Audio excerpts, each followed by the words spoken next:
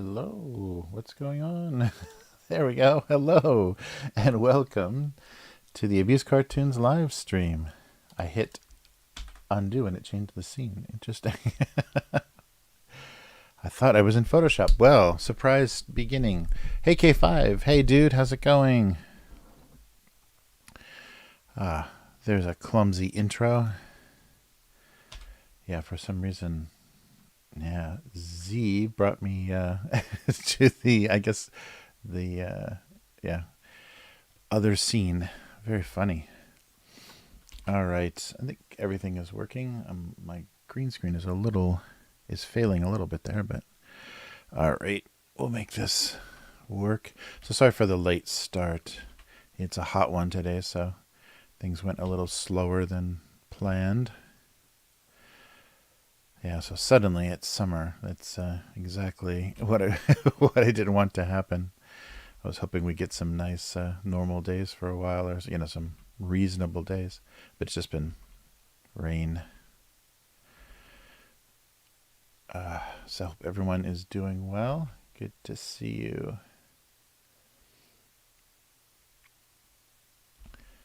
All right. So I'm not sure what we're gonna draw today, but that's always that's always part of it. Yeah, so busy morning at the university, and it seems like a lot of the students are actually showing up. I think it's getting close to exam time. They're still doing though, even though the masking and everything is over. It was over back in March. They're still letting kids do remote lectures because they're still complaining, that they don't feel comfortable or whatever. I think it's just a if the students are complaining, it's just because they're lazy, and I'm sure the parents don't want to pay for something that their kids aren't showing up for. But yeah, they're still doing remote lectures. So the teachers were saying, the instructors were saying that it's very strange because you have teacher or students on their laptops, taking notes in the actual class, and then you have students on their laptops at home streaming it. So everyone is dealing with the lecture on their laptop, which I guess is pretty standard. It's been a while since I've been in a class, but I guess no one actually writes down anything anymore. They're still, they're just typing away. But that's got to be a huge distraction because there's so many other things you can do with a laptop, besides take notes. So it's got to be a bit of a distraction. Because I know just at an RPG table, when people are sitting around and they use their phone to look something up for the game, or they use their laptop to look at a character sheet or whatever for the game, they are also checking eBay and checking their Instagram and everything else, depending on what device they're on.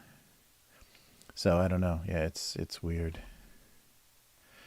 But you can't, ban ban devices because some people are too addicted. They'll start jonesing on you. Yeah, I think it's getting to the point where I know more people that can't stay off their phone than I know people that can't, not smoke. There's more people that their phone is the bigger addiction.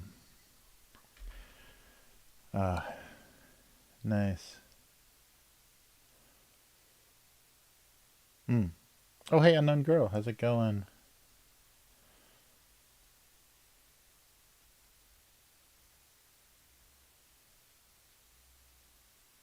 Oh, interesting. Yeah, right. That's good.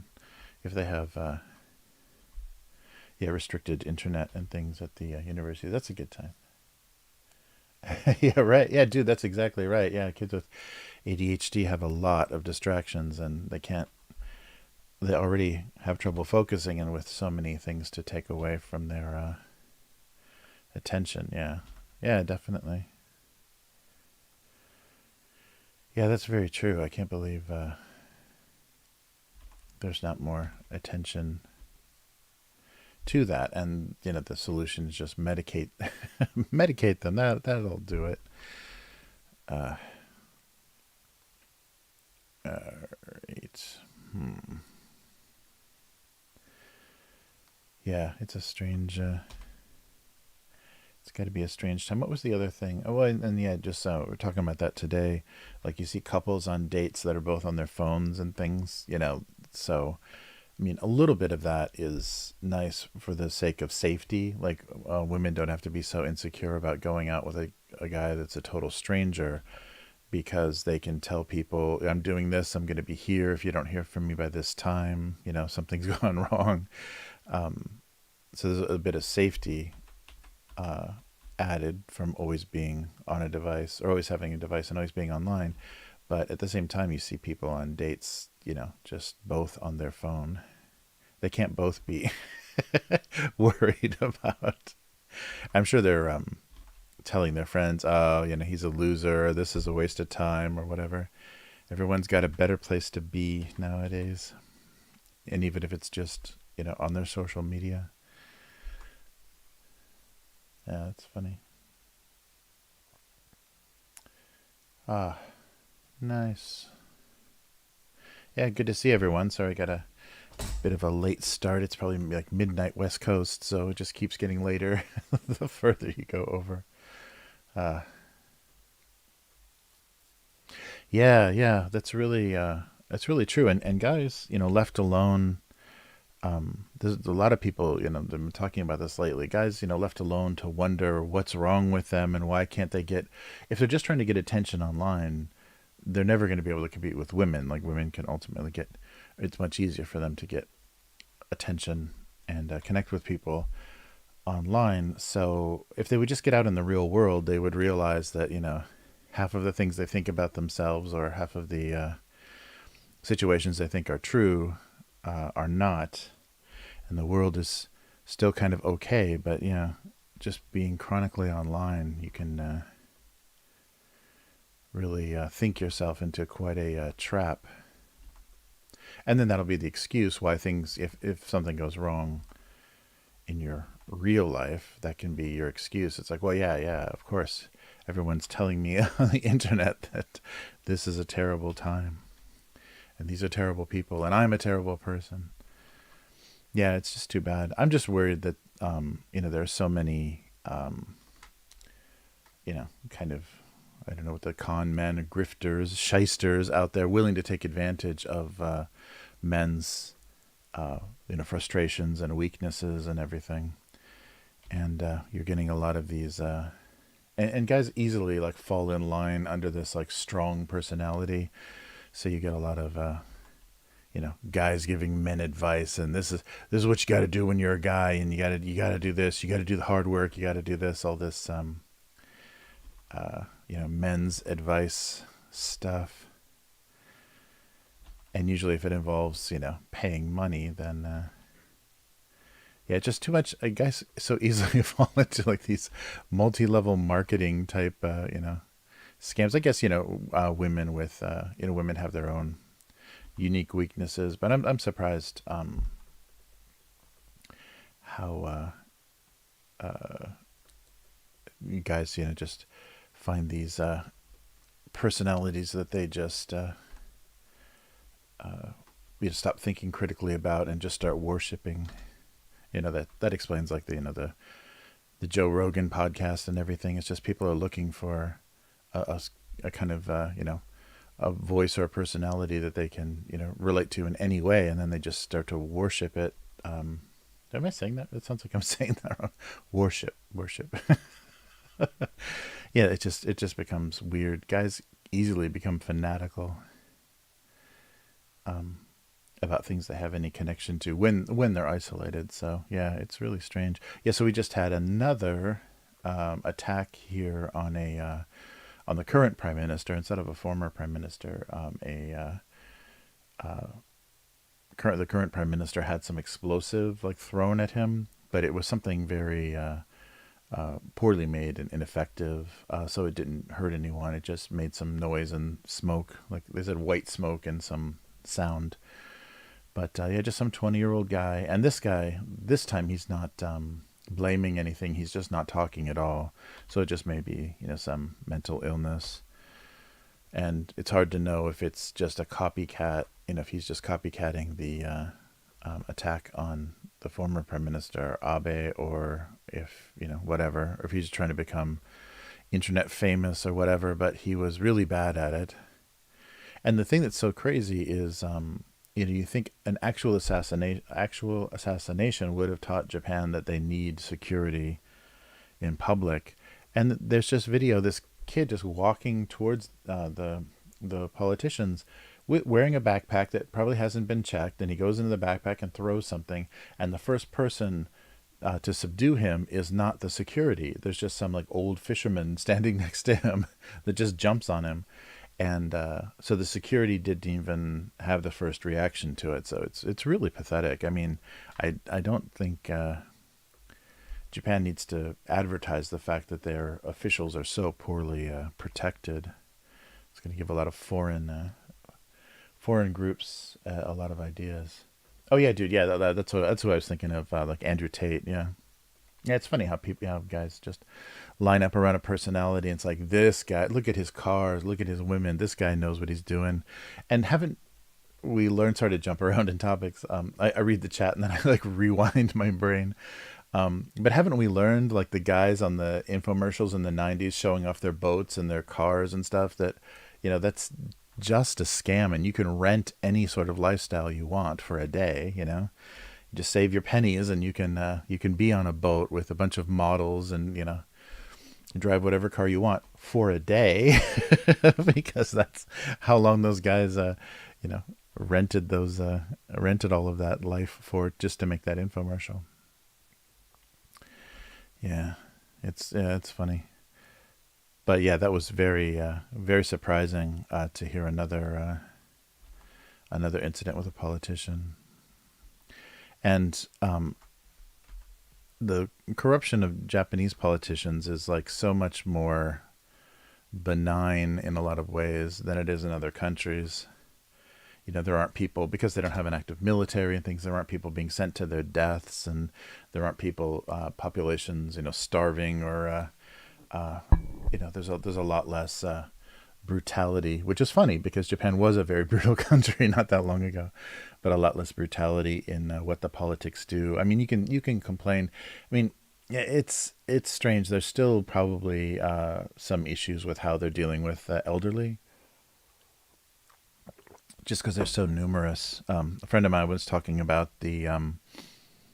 with the larger push of women that never got married, kind of pursued a career, never had kids, and if they were an only child, there's basically some retirement apartments and things, and elder care centers, that it's just all women. It's just all never married, no kids women, so they don't have any family.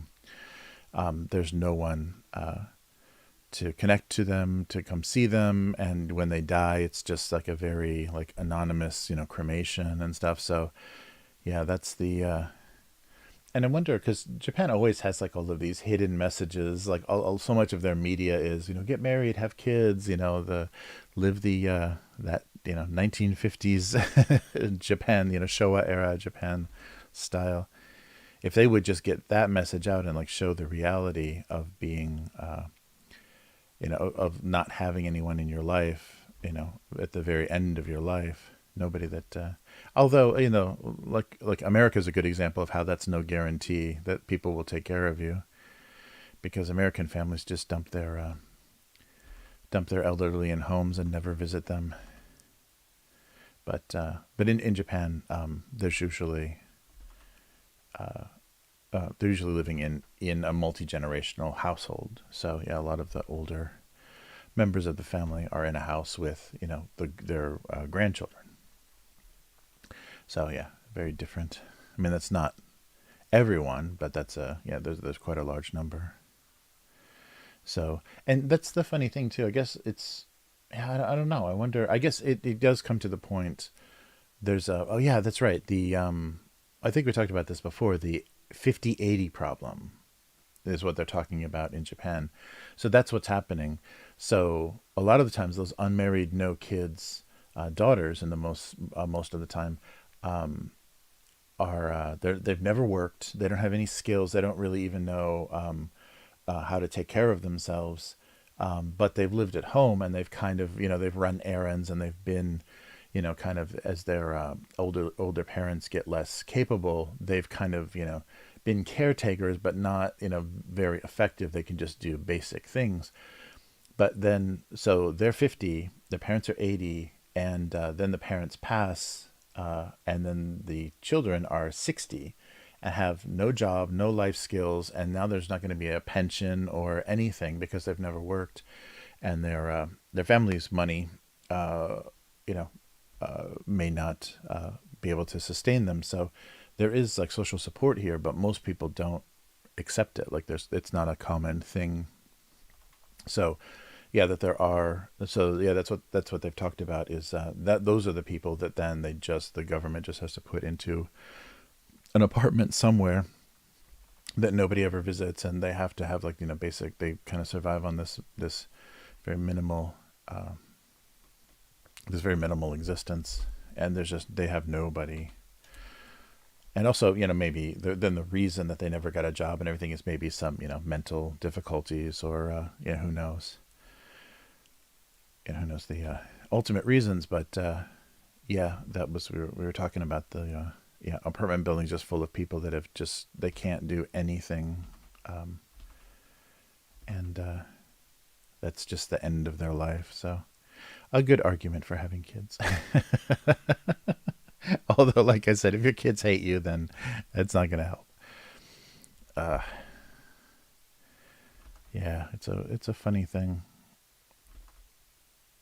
And just because of how Asia works, I think Asia's going to be dealing with these extreme amount of elderly before other parts of the world. So they're going to be like the canaries in the coal mine, or the guinea pigs, for what the best approach is. But then, of course, it's going to be culturally different too. Like nobody can duplicate, what happens in one country to another, because everyone's going to have their own tolerances and expectations and things. All right. Yeah, it's very funny.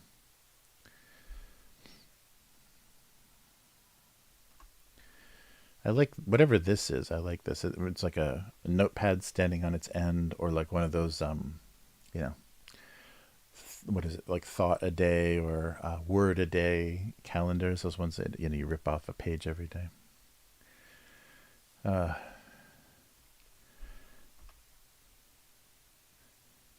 Yeah. Oh, yeah. So like a tissue. Yeah, a tissue box is a what, a sneeze a day. uh, yeah.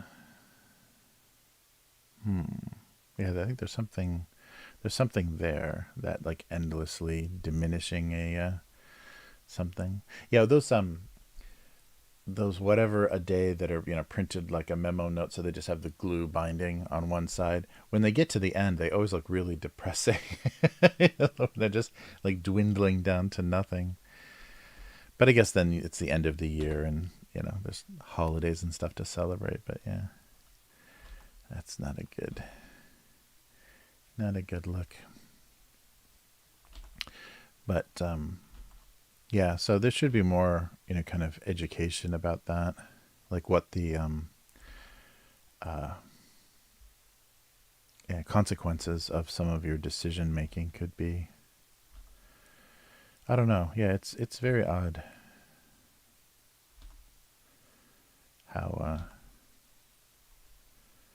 different cultures kind of decide to do stuff. Yeah. Because it's becoming more common here, but divorce is still relatively rare. And it used to be, because there aren't the same kind of, overprotective divorce laws that there are in America. So the wife, unless she can go back to the family, can't get divorced because she's got nowhere to go. And my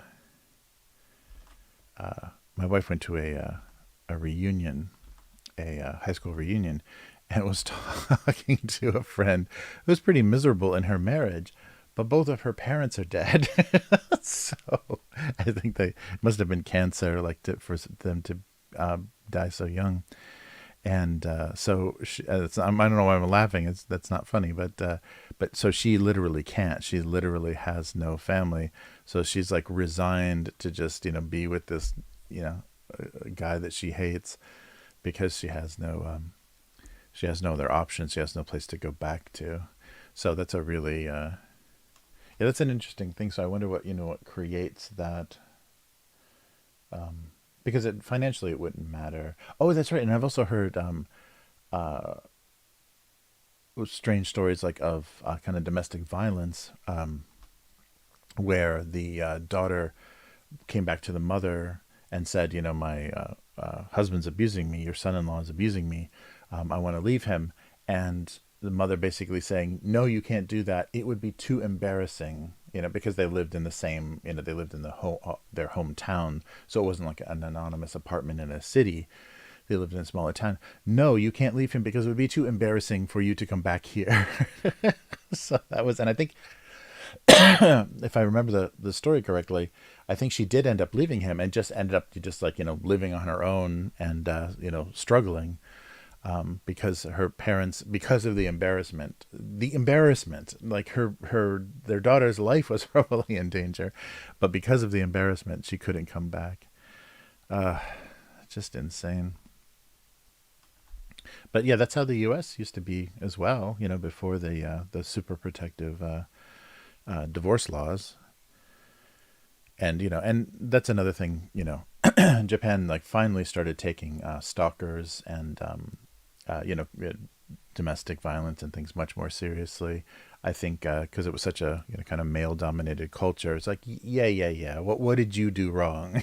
So it's always that not taking any victims. Stories seriously, but finally it started to, and I think it's only because there's been horrible examples of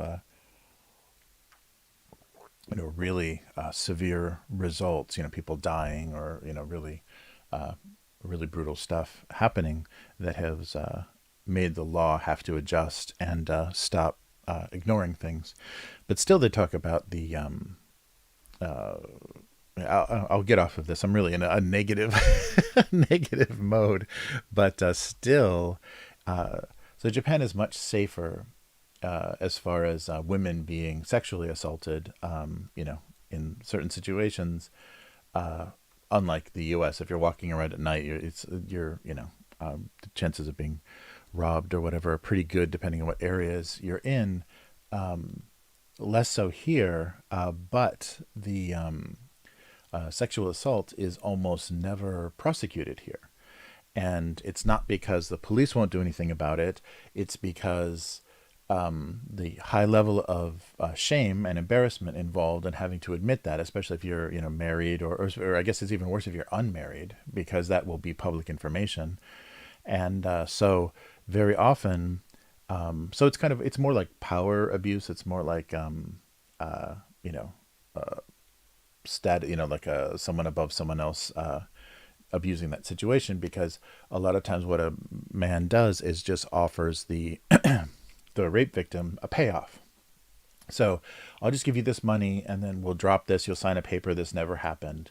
And that's a more common result here than actual prosecution, because having to go through it, you may not be successful. And because I don't think they have the procedures here like they do in the U.S., where they do the rape kits and they get the police reports right away and everything. So if a woman didn't do that, it's very hard. It's going to be a very hard case to try.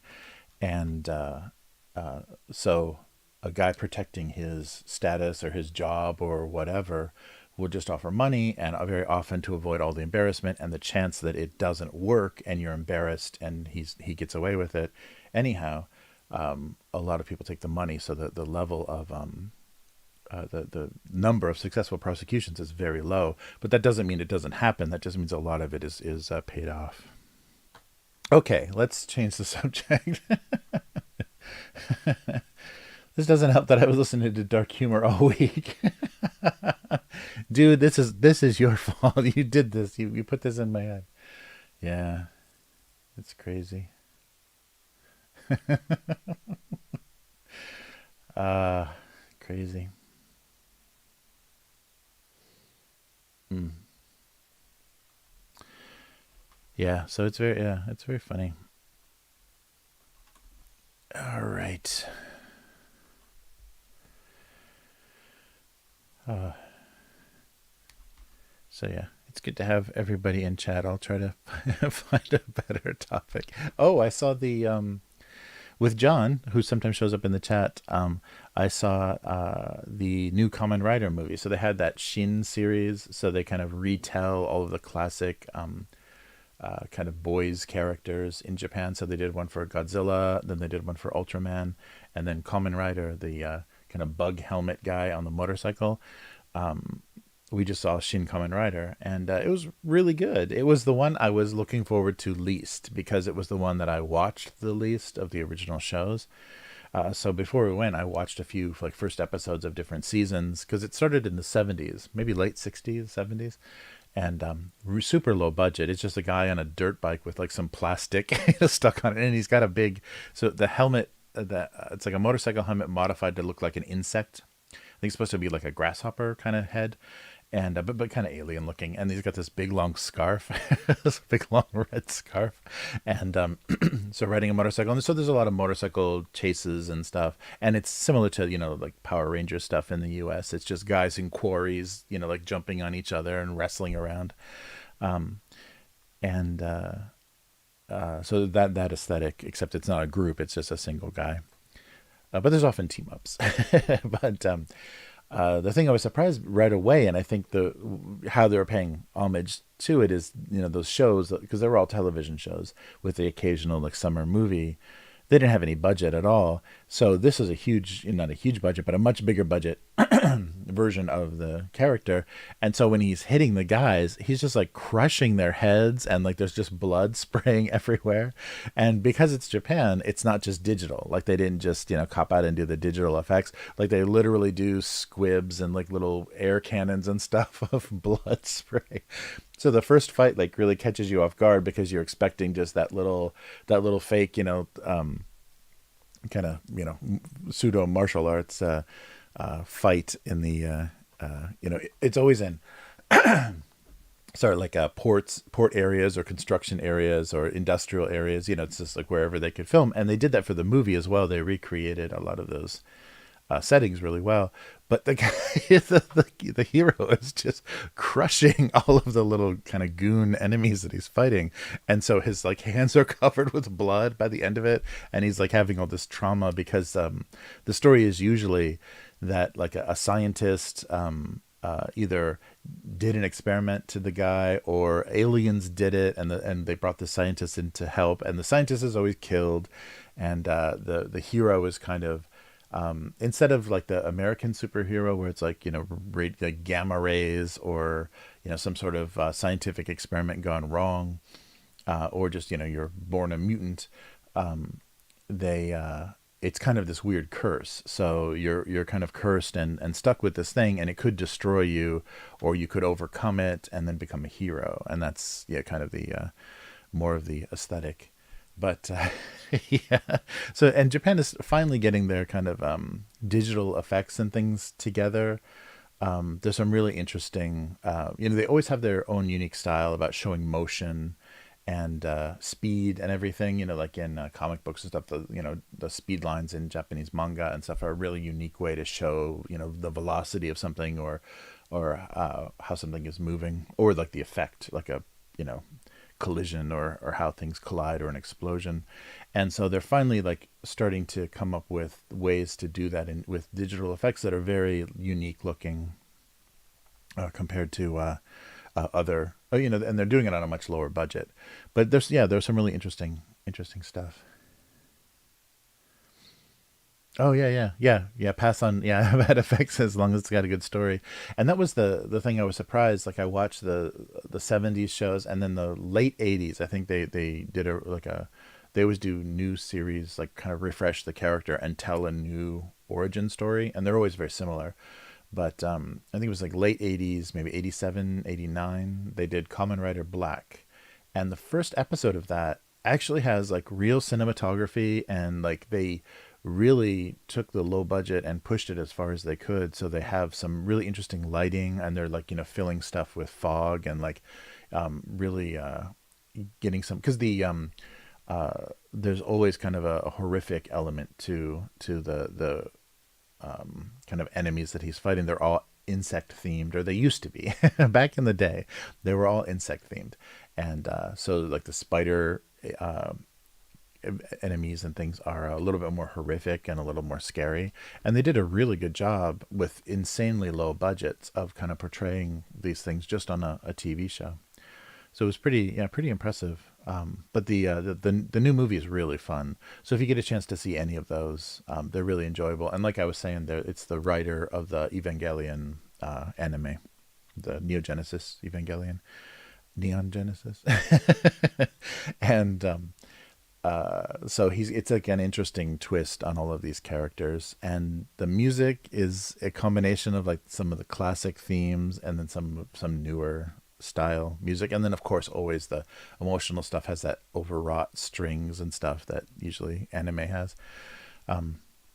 But digitally they do some interesting recreations of some of the old effects and some of the old, camera angles and stuff, because a lot of it I think was just shot on like handheld 16 millimeter and stuff. Like it's really really low budget and low cost filmmaking. So that the first reveal of the character is an awkward, like he's standing, it's like a quarry or like some kind of industrial area, and he's standing on the edge, like looking down, and the camera kind of poorly, just like racks over to him there. But it's exactly how it was done, where it's just a guy with a handheld. He's just holding a camera. He just like zips it over, and so it's not framed well, and it's little. The angle is kind of weird, and it doesn't seem very intentional. But they recreated that digitally really well. It feels like the intro of the those original characters. But yeah, fun stuff. But yeah. So I was happy, and it was good to see in the theater. The theater we were in, the sound system was just cranked up, and so the action scenes are really relentless. Like they're really loud and pounding, and a lot of big sound effects and heavy music. So it was fun to see that in the theater, because that's something in a house, in a neighborhood, you can't just blast. Even if you've got speakers that can do it, you can't just blast a movie out at that volume with neighbors. So yeah, that's one good thing that movie theaters will always have, is the ability to like be a little too loud, and something you couldn't quite do. I mean, if in the U.S. or in countries where you can have some land and be isolated, you can play your movies as loud as you want. But for the most part, that's not everybody can do that. But yeah, I would definitely recommend, if you have any knowledge or experience of those old characters. These are really fun kind of retakes on them, without being too the the things that they do aren't too like member berry kind of stuff. It's much better than the real deliberate stuff they do in like the Marvel and all the Disney and Marvel and Star Wars movies. They're not doing like real deliberate weird stuff. It's very entertaining, and just more like like how Tarantino movies will combine like a new and an old thing, or like a genre mashup kind of thing. They'll play like R&B music, or like funk during like a Japanese sword fight or whatever. It does a good job of that, kind of mashing up new and old, and kind of like something that you don't think would work with a an updated version. So very interesting. Let's try some tea.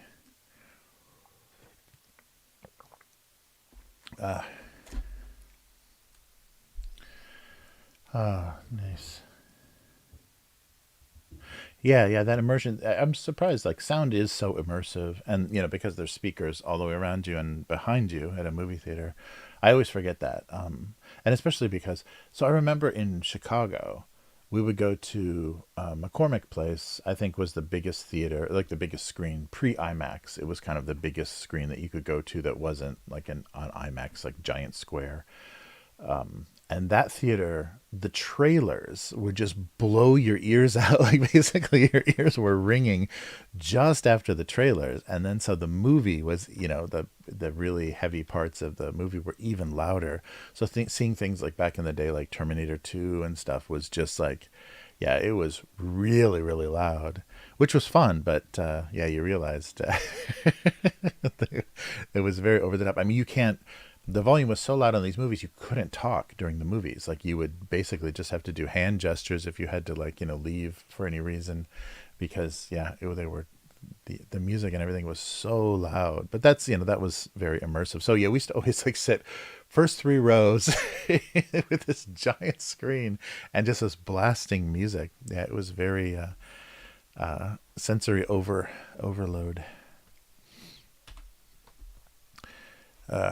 Yeah, that's funny. Yeah, I can't believe now, you have the stadium seating and the IMAX theaters and stuff. It's gotten really, it's almost like in a lot of situations, you can go to a movie, and depending on the situation, you're not even aware, like you're in a theater with other people. It's so, you're very isolated, because when it's the stadium seating, no one can, stand up in front of you. And yeah, it's a very, very different experience. Although, especially with a comedy movie or something, being kind of, what is, oh, it's my snacks. I was wondering what's making that squeaking sound. Um, Being in like a comedy movie, and it's in a tiny theater where everyone's sitting basically on the floor, or not on the same level, so that if somebody gets up, you can't see the movie. But people just like laughing around you and being able to hear every one of their responses is a very kind of communal thing. And I think a lot of that's going to be lost. I don't think people are going to be able to stand each other anymore to actually be able to do that. But that's definitely the fun part of that, is just like, and when everyone's laughing, even if it's not that funny, you laugh. It makes, a group reaction. I don't know what's that, peer pressure? Things are just funnier when everyone's laughing at them together, even if it's actually not that good. So you may have like memories of movies you saw in a theater with a crowd that you remember, oh, this was so good, and go back to watch it later. It's like, this wasn't very good. But it's just the experience, that shared experience, that makes it over the top. Yeah, that may be like live music might have that same effect. You might be, have a much better reaction to a song or something. It's like, yeah, I'm not really a big fan of this band, and then you see them live, you're like, oh, it's so amazing. Just because of that group experience. Yeah, I don't know. That's very funny, but it's too bad that that's all going away. I think people are just so just can't tolerate each other anymore, and people are so much more in your face. They want to start something over nothing all the time. All right, this is way too much detail.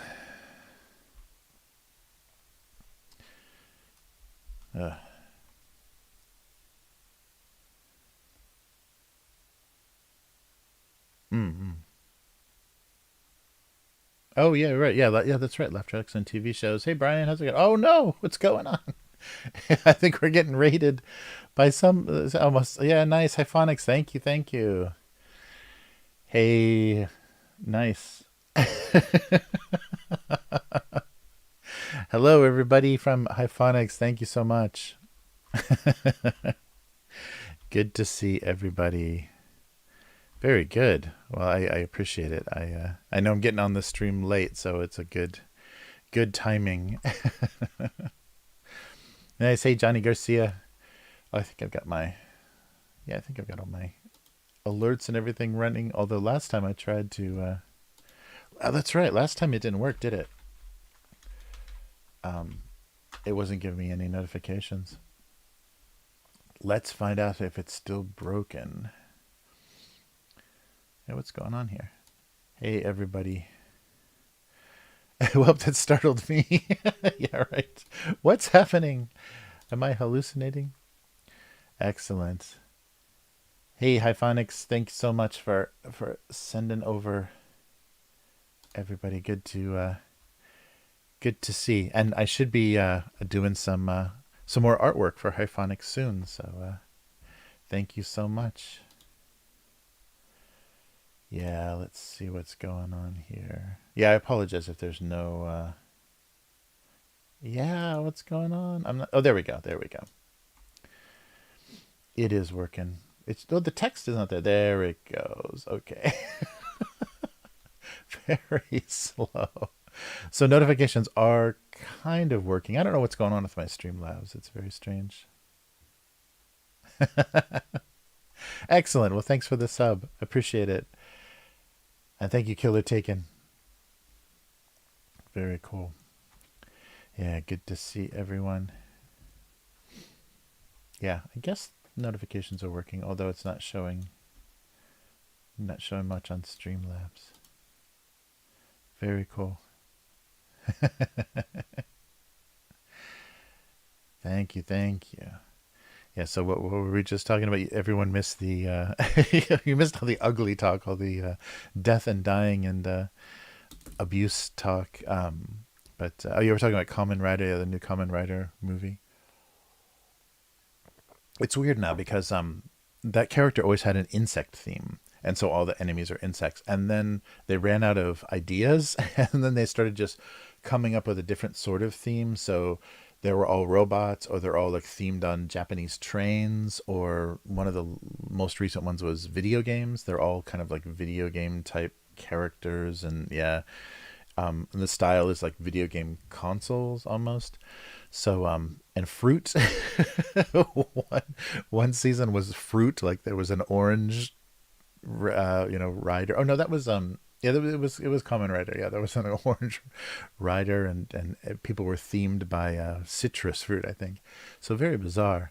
But yeah, and they I don't think it's quite as bad as some of the shows, but they do change the theming, so kind of each generation of kids remembers a certain, it's same with like Ultraman. Like they have their Ultraman, or they have their Power Rangers, or they have their Kamen Rider, because they're styled and themed differently, and there's not a lot of crossover, and so you're very connected to, whenever you were in junior high school or elementary school, that was your series.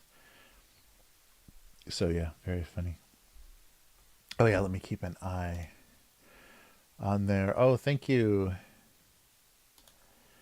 X Call Drift. Did we get the notification? Sorry if I'm repeating these. I just didn't see them coming up. Nice. How's everyone doing? Yeah, very cool. Thank you so much, Hyphonics. Good to see everybody. Yeah, so the theming got really strange, but still, even though it's kind of weird, the kids are connected to those, so they have their fond memories. And I guess it's just like, Star Wars or whatever. There's some people that think the prequels were the best movies because that's what they grew up with, and the original ones. So it's just whatever happened during your childhood that, created those nostalgic memories. So yeah, it's very funny, the weirdness. But some of the characters in series, they refresh really often, like just every couple of years. So that it's a whole new set of toys, it's a whole new theme of everything. So have gotten really good at like pushing out the merchandise here. And I don't think a lot of that stuff makes it into foreign markets. And some of it does, and especially when like Power Rangers was really popular. And I don't think Kamen Rider has ever gotten a good release in an English market, because I remember there was like what is it, something they were imitating like Teenage Mutant Ninja Turtles and calling them like battling Beetleborgs or something. There was something that was repurposing, just like Power Rangers is a repurpose of the Japanese hero shows, and then they add in the English actors and the English bits in between the Japanese fighting scenes and effect shots and model shots and stuff. I don't think Kamen Rider though has gotten an actual release. It may have like showed up on television randomly in the '80s, but yeah, I don't think it's that well known of a hero series. Oh yeah, right. Yeah, Power Rangers have gotten really crazy. Oh yeah, John and I are talking K5. John and I are talking in Twitter, Twitter DMs about the specs for the emotes and stuff. So that should happen. That should be happening soon. Yeah, we'll get some stuff going on. So yeah, I'll let you know. I'll definitely let you guys know. Yeah, Beetleborgs. Yeah, I think that was Common Rider. I think that was the localization of what they had. One of the later generations of Common Rider, because they're always insect themed. So yeah, it's all kinds of beetles and things. And it's funny because that's a kid in Japan. That's a kid thing. Here, insects are kind of like dinosaurs. All little boys are into trains. Insects are dinosaurs. And in the summer, you can collect a lot of interesting, beetles and stuff in the forests in Japan. So kids have a lot of memories of yeah, collecting bugs in maybe pre television. That was the boys thing to do, and it's kind of stuck around a little bit. So that's why they theme a lot of stuff on insects, because that used to be the boys' hobby, and still you can buy a lot of equipment, nets, and little you know ventilated cases and stuff uh, to uh, to catch bugs in, and you can even buy the those big I don't know, stag beetles. That's right. In English, they're stag beetles. Those big black beetles with the huge horns on them. You can buy a male and female of those every season. They have in the pet stores and even in like some drug stores or variety stores like discount stores. They'll have them, and so you buy the male and female, and then they'll whatever they do, they'll lay their eggs or whatever. And if you keep the soil from year to next, then you can hatch. Some eggs may hatch, and you may have like new beetles from the previous years, but their lifespan is pretty short. So I think they only are around for one season. But they're really amazing, and they're pretty strong too. They're for those big bugs. Yes, yeah, in Japan, yeah, yeah. So yeah, I haven't done that. I didn't have a son in Japan, so not any reason to do the insect hobby. But yeah, I would be curious to see how hard that is to do, to raise beetles from year to year, because they have all the things that you need, like the bedding and everything, and then they have these little cups that look like Jello shots, but they're kind of a like a tree sap, kind of jelly, that are the food for the insects. So you can just put those, you just open those up and put those in the little enclosure, and they'll feed off of the sugar, and then they'll make babies and then die.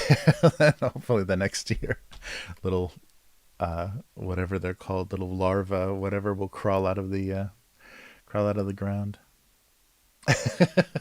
Dude would rather squish bugs around. Yeah, really, squishing one of these things. These stag beetles are really huge. But yeah, they're very interesting. Like they're unique. You don't usually see. I think that's a very Asian thing. The big ornate, kind of complicated looking beetles. So that's a yeah, that's a childhood thing. So that's why the beetle theming for kids stuff a lot of times. Dinosaurs, robots, beetles, and trains. And so there's a lot of weird overlap too. Yeah, because they did a Kamen Rider series that was all trains. Or am I thinking of the Rangers? Yeah, I can't remember, because they changed the theming of all the shows. So sometimes it's hard. You don't know if it's the group one or one of the hero shows. And so basically, that's the Japanese version. That's their hero. That's their superhero. So that's their Spider-Man or Superman. Those their hero shows are always those armored armored Power Ranger looking guys. All right. And it's always some alien intervention. Nice.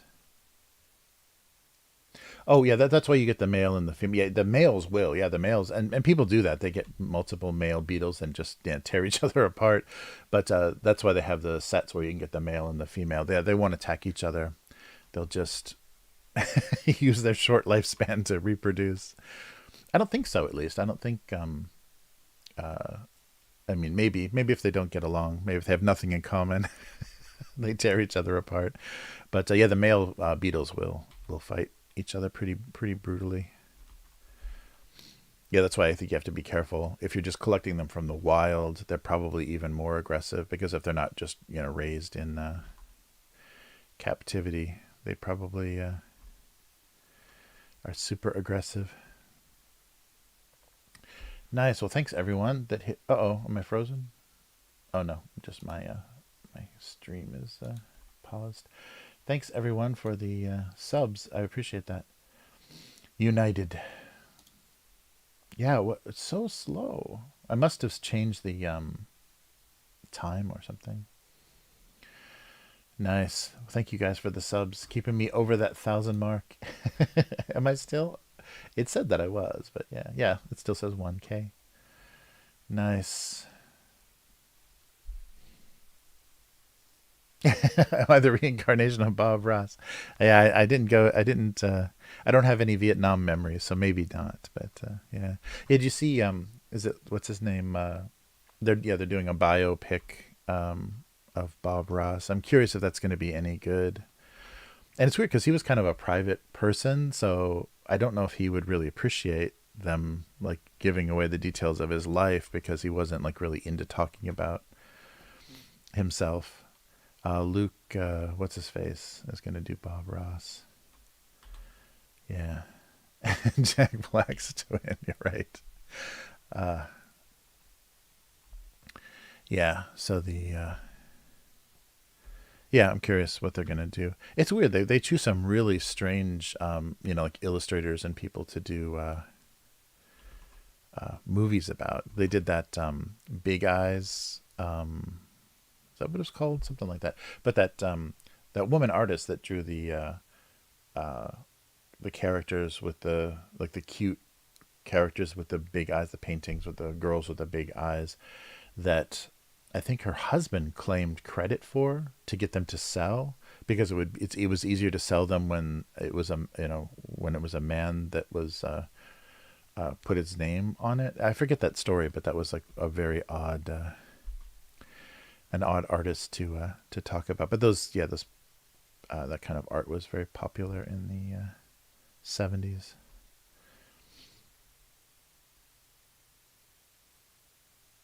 Oh yeah.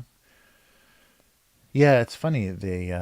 Um, yeah, a guy that. Oh, Big Eyes. Yeah, right. That was a Tim Burton movie. Yeah, that's right. You're right. That was. Yeah, and I forget who the. But it's such an odd story. That is like such a weird story. I forget who the actress was that played the actual artist. But yeah, I think you're right. I think that was a Tim Burton movie. But it's a really strange choice. I guess like Ed Wood is a strange director to make a movie about, but of course Tim Burton would do that too. Nice. Yeah, it's a good movie. It's a really strange. It's a funny story because everyone knows those kind of iconic images from like garage sales and stuff. People getting rid of those paintings, but they were so ubiquitous. And there was actually, I think maybe it was just in England though. There was a urban myth that those paintings caused houses to burn down. I forget who. Like I remember hearing that on a podcast or something that every house that ever had a fire always had one of those paintings. So somebody tried to make the connection that those paintings, caused houses to burn down. But it was just because everyone had those paintings that every house that had a fire, of course, had one because most houses had one. But yeah, that was funny. Yeah, so I don't know who's doing the Bob Ross biopic, but yeah, I think the Netflix documentary was not good, not complimentary. Yeah, it's just it's weird. It's funny that people can have careers and have maintain some privacy of keep their private life separate, but we're never satisfied with that. We have to find out exactly what was going on, every scandalous detail of someone's life. Yeah, that's funny. A funny need. All right, what else are we doing? Yeah, so I like the whatever memo or Yeah, something disposable and single use, or yeah, I like that. Something else. But yeah, finally, it seems like movies are starting to get back to normal. I still think we're going to have the occasional releases that are obviously COVID era things. And maybe with hindsight, it'll be easier to spot them. But we'll be like, oh, wait, there weren't, very many actors in this scene, or this looks like they used a lot of green screen or whatever. Yeah, I think we're going to still see stuff that the production was done during COVID restrictions. I think that was the problem with the third Ant-Man movie. I think that's why there was so much stuff shot in front of that. What's that called? Volume or whatever, that rear projection, digital projection thing, is because they couldn't have too many people in the scene at the same time or on the set at the same time, so they just like digitally composited everything.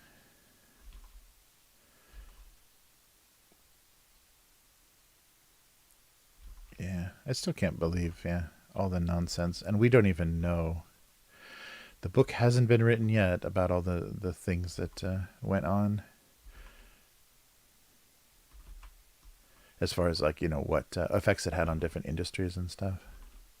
I just loved all the news stories about Tom Cruise shaming the crew for not masking on his latest film. That's the wrong angle. That was always the another reason for a movie star to throw a temper tantrum is not wearing a mask. All right, that's not great. Yeah.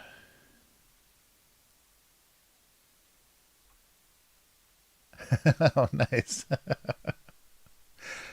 Oh, Brave Little Toaster said, the family doesn't own the Bob Ross name. Oh, no, not even his son can use the name, even though it was also his name. So the movie can't mention Bob Ross's name.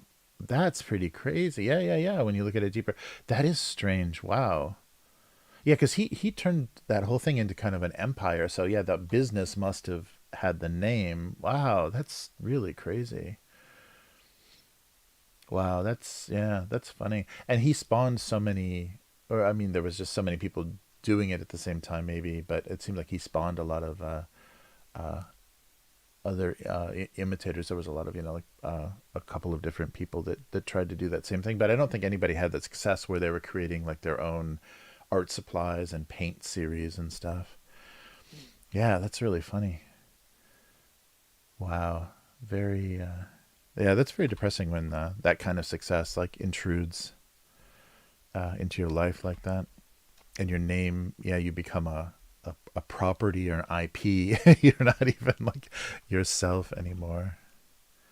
Yeah, I think about that a lot. Like people that have changed their celebrities that changed their name to something more marketable, and so they lived their childhood and everything with their original name, and then they became famous. Their life changed very much. Their lifestyle changed, and then all this attention. But the person that became famous has a different name than them. Like so that person. So it's got to be weird. And I think you've heard people say things like that, like that's her, it's not me. And maybe it's a way to protect yourself, kind of emotionally from and also to excuse some of your bad behavior. Oh, that wasn't me. That was a woman named Marilyn Monroe. Um, but yeah, that has to be weird because does that really feel like an accomplishment? I guess if you're an actor, then yeah, you're used to assuming names and not being called by your name. But that does, yeah, I don't know. I feel the same way about artists that use the pen name or whatever they have their art name. It's like if they become really successful, then they're just, oh, it's Robo Guy 45. It's like, okay, he's famous, but that's you, right? Yeah. I don't understand the reason to work and not,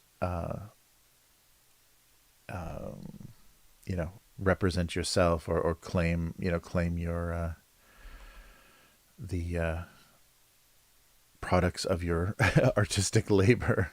But I guess, that frees up people to do things, to do, pornographic art or whatever they want to do, and then not have it come back on them. And I guess in this day and age too, because you never know what people are going to be offended by. Maybe it's good to have distance from everything you do creatively. But it just seems kind of pointless. Nice. Yeah, that's too bad. Yeah, so yeah, satirical film. Yeah, that's yeah, interesting. I was wondering what angle they were going to take with that. Yeah, I don't know. And I don't I wonder what it is that's made him such like a pop culture thing more recently. Yeah, it's funny. Yeah, and programming for PBS stations and stuff in the US is really funny. The kinds of things that take off, or the kinds of things that get that are created by that audience. Yeah, very funny. But I guess anybody that kind of promoted, you know, the idea that anybody could be creative is good. It may have helped some people, kind of find an outlet for their ideas or whatever. And it also sold a lot of art supplies, I'm sure, and a lot of people doing that same palette knife, pine tree palette knife technique. Uh, oh, that's right. Yeah, because he is all wet palette stuff. That's right, because he's like flicking drying the brush off by flicking it against the easel. That's right. He's all wet palette. So wet the entire canvas, and then you can get your depth of field. You're kind of creating this fake depth of field. That's right. And so you could blend everything. Yeah, I haven't watched a Bob Ross video in a long time, but yeah, it just came back to me that flicking sound of the wide brush on the on the easel. That's funny. Hmm.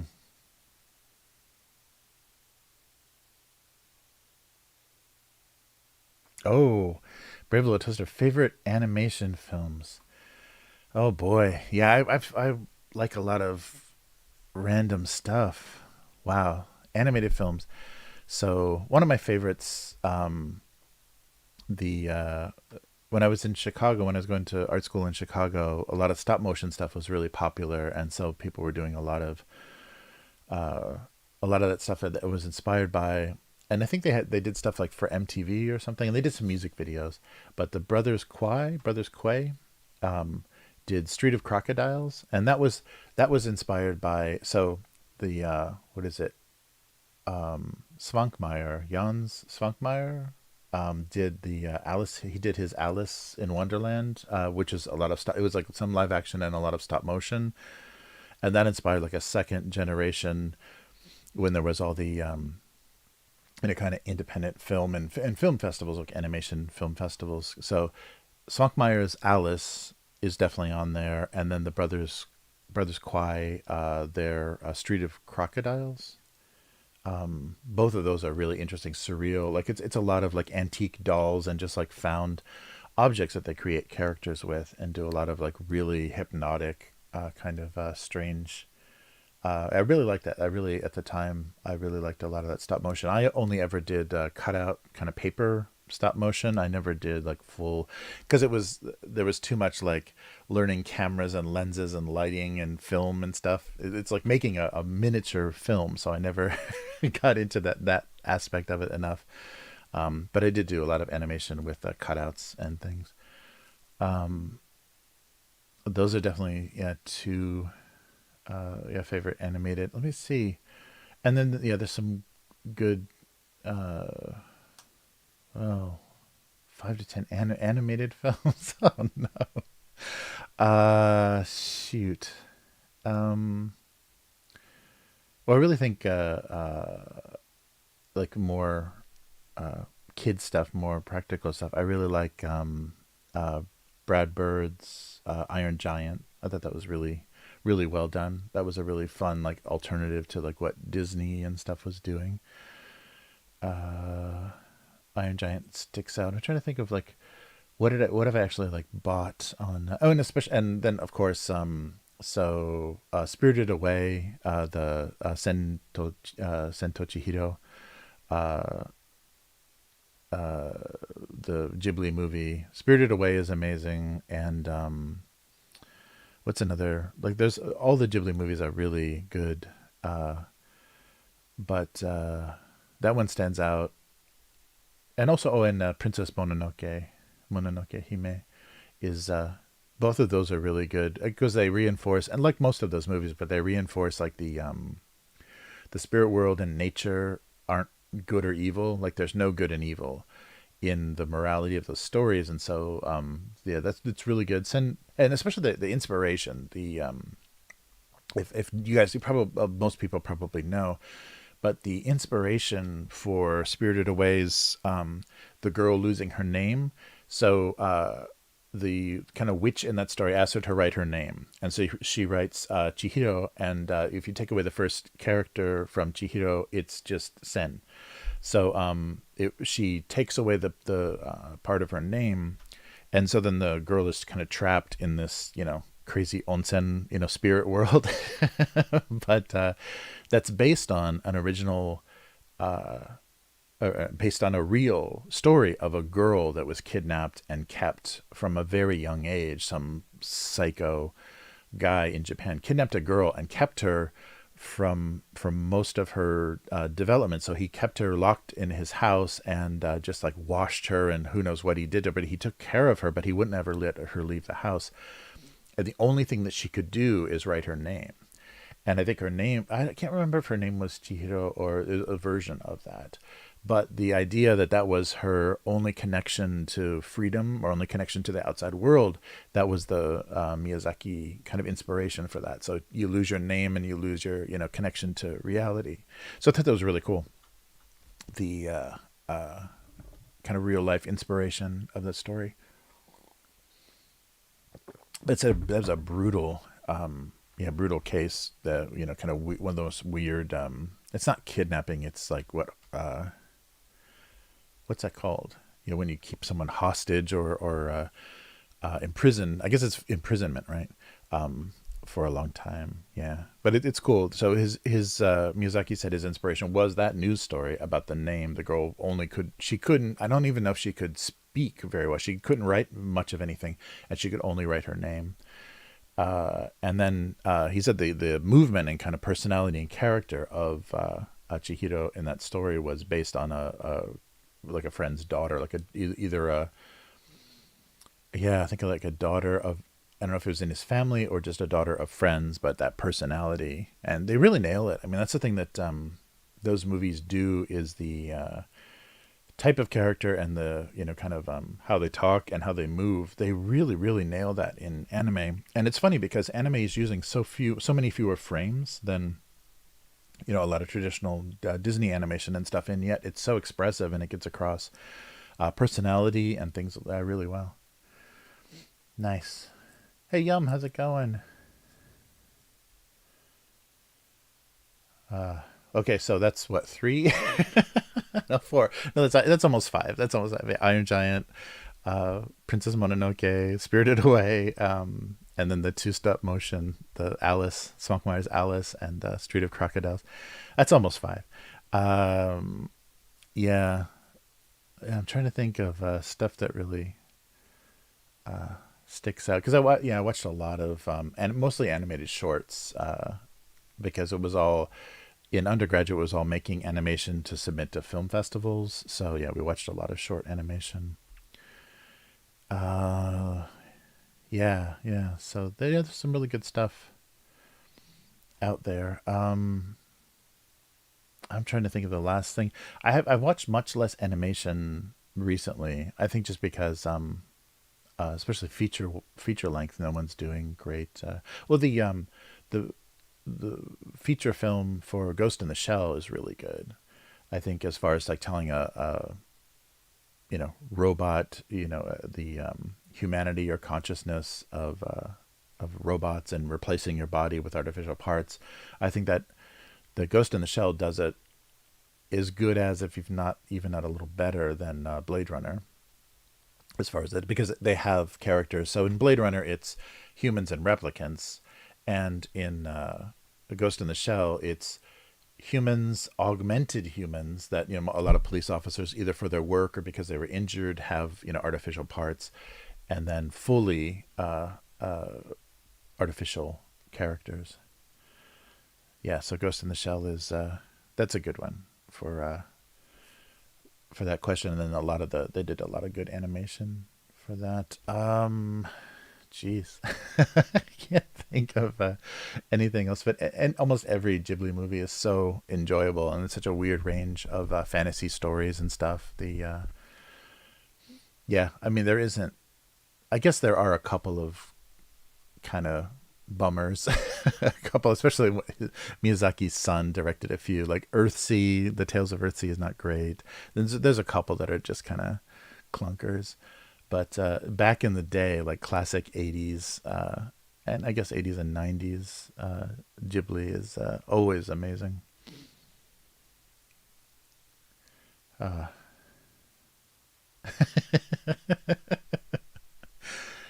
nice. Oh, wow. We got some lunar eclipse going on. That's crazy. Uh, oh, Steins Gate. Oh, thanks.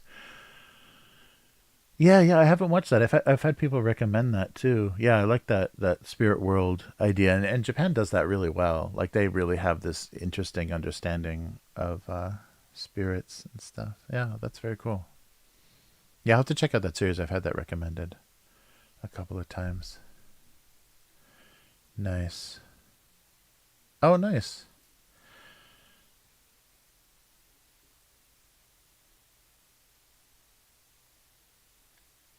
Oh yeah, yeah, Akira. Yeah, yeah. Akira is great. Yeah, that was the first, like, my first really totally happy Japanese experience, because that came out in America in the like early '90s, the theatrical release. So sitting in a bar in Japan, like just a little hole in the wall bar, and they were playing Akira on the television. I was like, this is so weird. This is so weirdly Japanese. And of course, it was just the Japanese. It was just the original movie. It's not no subtitles or dub or anything. And that was a very fun, yeah, Japanese experience, because I knew the story well enough that I could enjoy just, yeah, sitting watching Akira on the television. I think it was like Akira, and then Easy Rider was the next movie that came on. Very eclectic. Yeah, always in Japanese bars, there's always weird stuff on the television. If they're not playing baseball, there's just weird things. Yeah, nice. Wow, missing some eclipses. Nice. Well, thanks. Yeah, thanks. Brave Little Toaster. That's not a bad movie either. Brave Little Toaster. That was like one of those other like anti-Disney movies. Nice. Oh, Solar. Oh, there we go. Yeah, I'm not paying attention.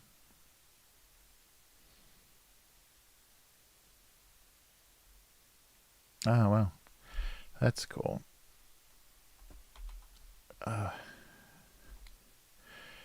yeah. It's funny. I think because of the expense, the animated feature, unless you're Illumination or whatever Illuminations, it's hard to make within a reasonable budget the feature length animation now. I can't believe that's really scary, because they did what Dr. Seuss, Illumination was doing Dr. Seuss stuff, and they had their original stuff, the Despicable Me and all that.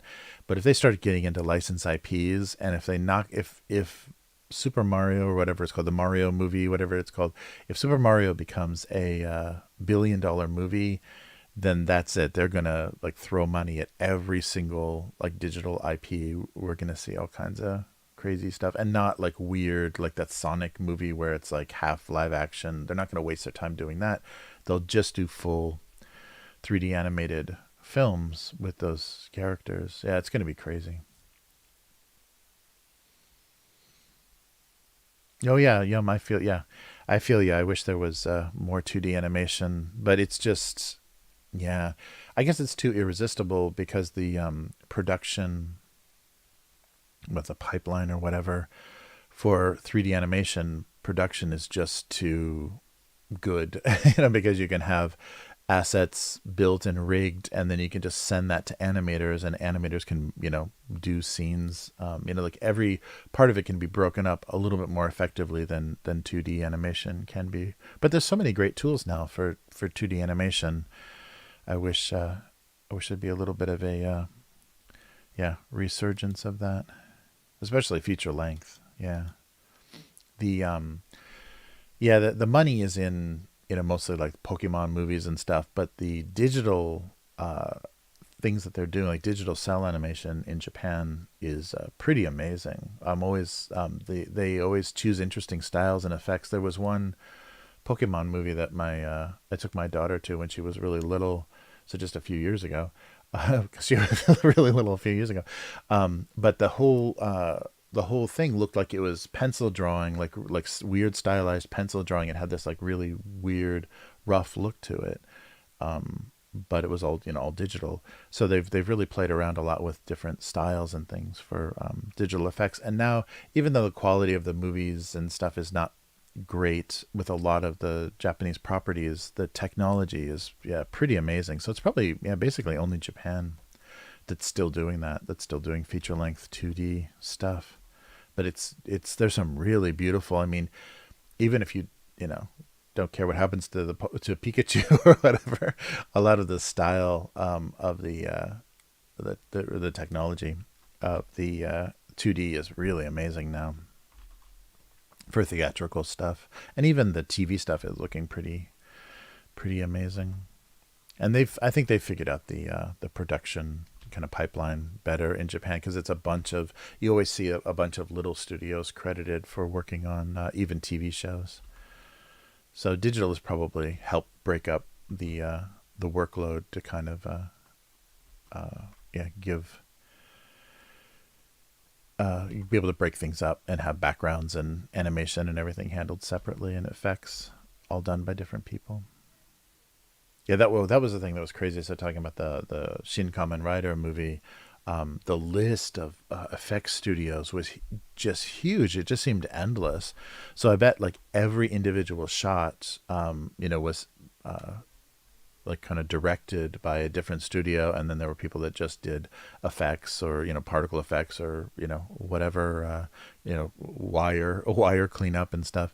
They probably broke it down pretty severe, but there were so many little studios. It was amazing. All right, let's see.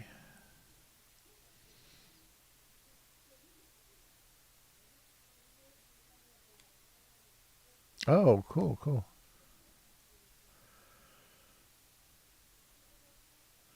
Oh, so brave little sister saying my grandpa came from Mexico and recorded. Oh, Looney Tunes, nice.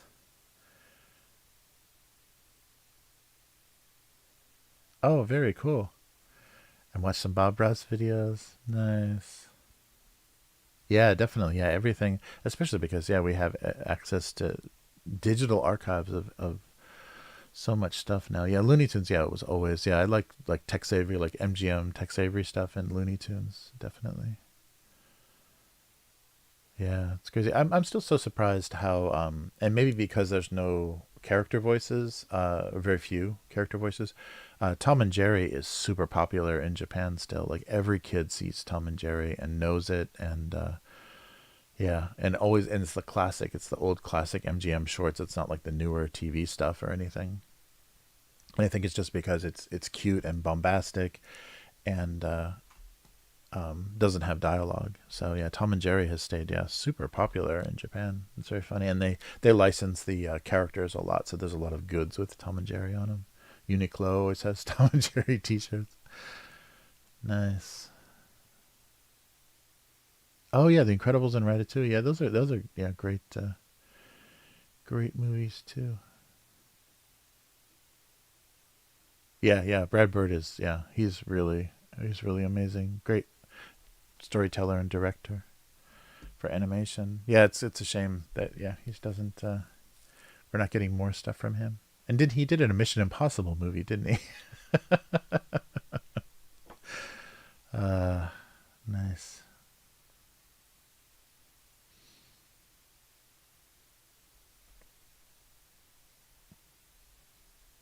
Yeah, yeah. Tom and Jerry is so great. I love the yeah, the old stuff, and then they've gone through, like, it's another one. Both, I think, Looney Tunes and Tom and Jerry were got edited and attacked for being too violent, and like if a kid, you know, hit their little brother with a frying pan, suddenly we had to take all the violence out of cartoons. So they've had some editing, and also for the racial content, like the kind of black mammy character, the housekeeper with the stereotypical. But I think it was a black actress doing that voice, but they can't, yeah, can't have that anymore. So yeah, dubbed it with a white woman's voice for the some of the re-releases, because that was all, I think Turner owned MGM for a while. So that, yeah, that was because he was the colorization, the movie black and white movie colorization guy. So of course he has no problem like just butchering old cartoons. So yeah, a lot of bad things happened in the 90s to Tom and Jerry. Yeah, and it's nice that people have archived a lot of that stuff online. So I'm sure if it exists on somebody's VCR, it will show up on YouTube, the original versions of things. Yeah, yeah, I think so. I think it's just as far as like the entertainment value, because the yeah, thinking about like the sensibility and the and I guess the times are very different too. But a kid that grew up watching Tom and Jerry and a kid that grew up watching SpongeBob are very different kids. The kind of just weird uncomfortableness of SpongeBob compared to the kind of the frantic and the crazy momentum of Tom and Jerry, and also the cuteness too.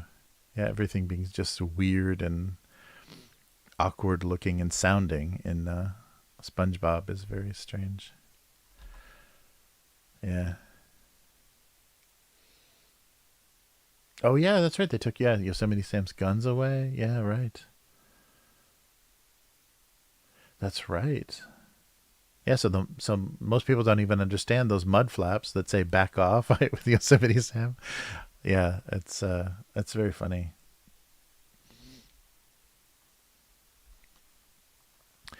Yeah, yeah, very. And it's funny how long Looney Tunes, because they reference so much 40s and 50s, you know, popular music and movie stars and stuff. So it's amazing how many kids like in the 80s knew, like Humphrey Bogart and all these like weird weird, like, and even radio, even like weird radio and movie star references that people that hadn't been popular in forever just because they were, referenced in a Bugs Bunny cartoon. Yeah, that was really yeah, really funny. Yeah, and I can't believe that's just all gone. I think it's just because the rights.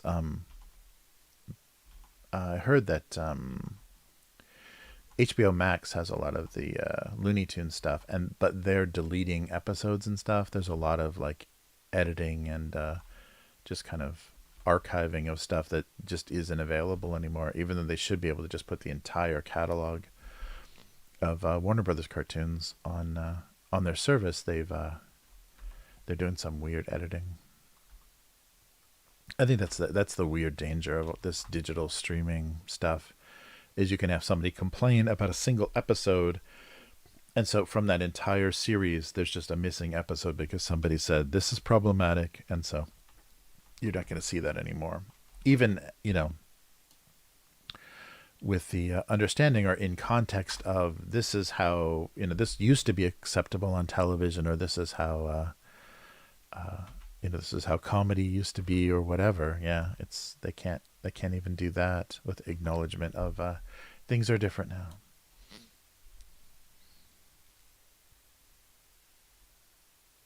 Oh, nice.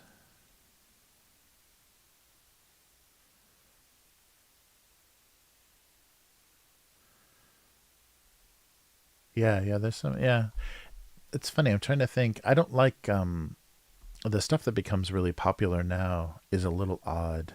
Um, yeah, because I don't understand like some of the. Well, I'm not even like a really big what's it called? War on Titan. That series is odd. It feels like weirdly xenophobic and strange. And the thing that's really popular now in Japan is Spy Family, and Spy Family is just confusing. I don't understand like what's compelling about that show, because it's kind of like this fake Cold War, like in a fantasy Europe. Like I guess it's supposed to kind of be East Germany. There's a family that's not really a family. They're all spies. And there should be some drama, some intrigue, and spies. So the context is spies, but what happens in the show, and I guess that's the gimmick or that's the hook. What happens in the show is they always do stuff not related to spies, but related to their like social interactions as a family, and if they actually have feelings for each other as a couple, even though it's just their job to pretend to be a family.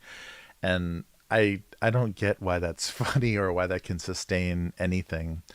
But yeah, I don't know. The gimmick is very odd, but it's really popular. People like the characters, and yeah, it's very very strange. Yeah, Spy Kids. Yeah, right. I think that, well, it's probably what it is, dude. It probably is just some Japanese manga artist saying, "Oh, I remember Spy Kids from that. What if?" And yeah, it's got such a weird context because it's fantasy East Germany, and so you can't tell when it's happening because it's probably supposed to be like the '60s, kind of, but they don't strictly limit technology to match that time period. So it has this like, I don't know when this is happening. I'm not quite sure what the rules are. It's definitely some kind of fake Cold War spy thing. And but most of the show is not about that. Most of the show is just about being bullied at school or not being able to cook well. Try to pretend to be a housewife but not knowing how to cook. And I just, yeah, there's some just really weird like domestic humor and stuff that's in there. And some people have said that they suspect it's yeah, it's kind of a Japanese kind of culture programming, like say, look, everybody should, this is the ideal. The nuclear family is the ideal. Some people are saying that show is kind of yeah, reinforcing that message in a weird way. But I don't know. I can't get into the gimmick of it is doesn't have me hooked well enough, and I don't like the character design and stuff is kind of ugly, kind of like Detective Conan. I never got into that either, and it's the style, the artist style is kind of annoying. Yeah, people, yeah, just the characters just look kind of weird. Yeah, Brave. Yeah, I think you're right. Yeah, the '80s and '90s stuff definitely. Yeah, good attention to detail and imagination. Yeah, yeah. Oh, Trigun. Yeah, yeah, yeah. Trigun is such a.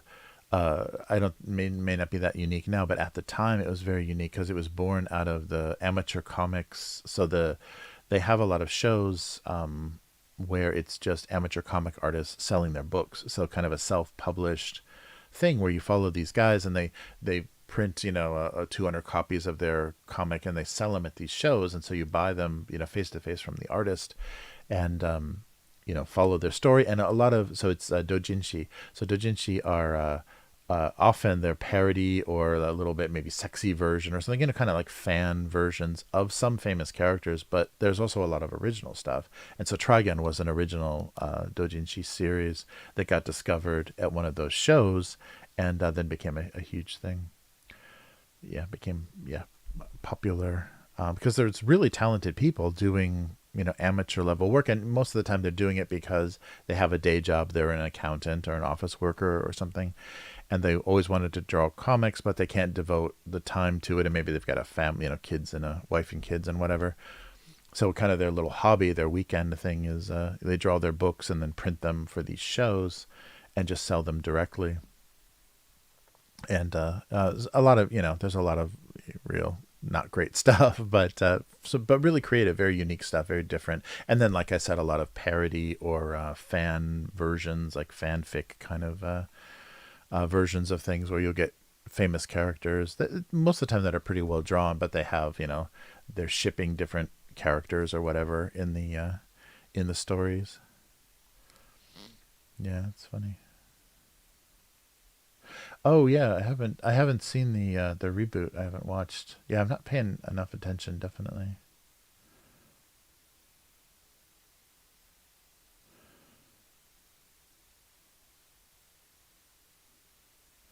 Yeah, but yeah, it's funny. It's just it's weird. The stuff that becomes popular is always like, yeah, it's very curious. I'm always like fascinated why people like certain things, but yeah, I haven't attack. Oh, sorry, Attack on Titan. That's right, not War on Titan. Yeah, Attack on Titan and Spy Family are just mysterious to me. Like, why? What's particularly good? I kind of understand like culturally, because a lot of people have said, especially with Attack on Titan, that it was one of the or that young people are responding to the idea that the young people are the hope for the future, and they're the only ones able to defend that the last part of civilization. So it was a very pro youth and pro like fighting for the future kind of story. And so that's why it resonated in Japan. But yeah, I just couldn't yeah, couldn't understand because it was so. It's just yeah, and I don't know enough of and didn't follow it long enough for the details of the story, but it just had such a creepy xenophobic thing because originally the the giants, the Kyojin, were obviously white people. They're obviously weird Caucasian people. So there's this little kind of medieval with some weird technology kind of city, walled city that's living in this world where giants are plaguing, and the giants are naked white people and they eat you. They break down the walls and they eat you.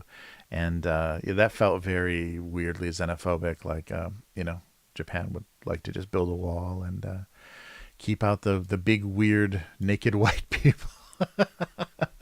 So I didn't like that weird yeah, I don't know, the weird content of that, but then in the movies and stuff, of course, it's Japanese actors, and then they become more demonic and supernatural because they don't have skin and stuff. Yeah, it becomes different, but the original image of that was very strange. And I thought, are they saying something about not wanting to have about a invasion of foreigners? Yeah, it's funny. The first time I ever saw that promoted was they did a before it was really out there. Uniqlo did a series of like T-shirts promoting it, and they gave away like a sample manga, like a miniature version, I think, of the story. But it took off really fast in popularity. Oh,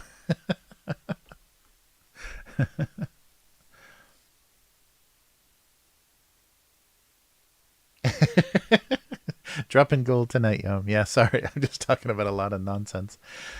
Yeah, yeah. There's funny stuff, and I'm really surprised that I couldn't even imagine as a university student that you had to get like VHS anime and a lot of like, dubbed or not dubbed. Yeah, I guess it's dubbing, right? You call that dubbing, recorded laserdisc. So like the big source of new anime in the U.S. like back in the early '90s was laserdiscs that people went over, like imported laserdiscs people brought over, and then just dubbed onto VHS. And then if they had a titling machine, they would there'd be fan subtitled versions that they would then sell at Comic Cons and stuff.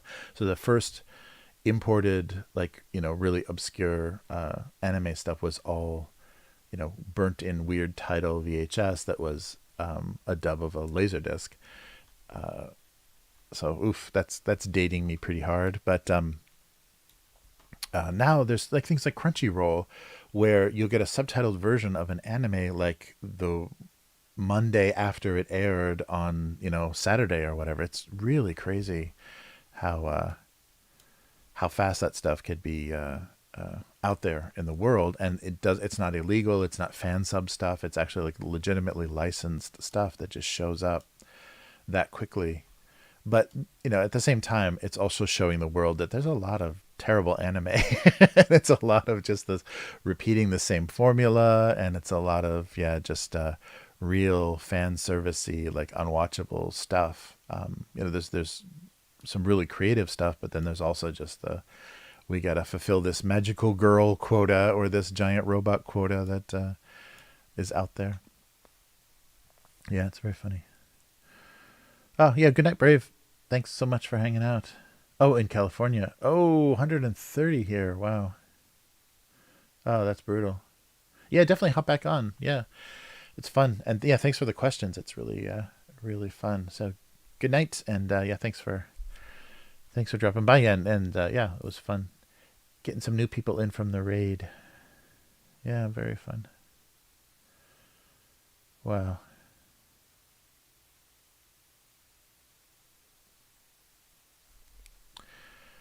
Uh yeah, it's really funny. But it was the same thing with like British comedy for me. Like when you're just getting the best stuff, it's kind of being filtered through somebody's taste, or there's like some aggregator of you know anime into the American market. It's just stuff that they're reacting to that they think is good. And if you got exposed to everything, you'd realize how much how much garbage there was. And same thing with British comedy. Because of like Monty Python, I thought, oh man, all British comedy must be amazing. And then seeing like Absolutely Fabulous or Young Ones, or I was like, oh, there's British comedy is amazing. I love British comedy. And like Faulty Tower and stuff.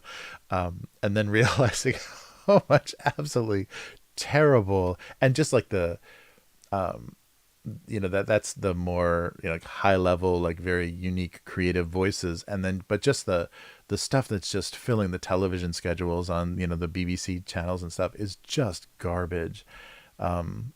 It's really funny, and it's probably like that with American television too.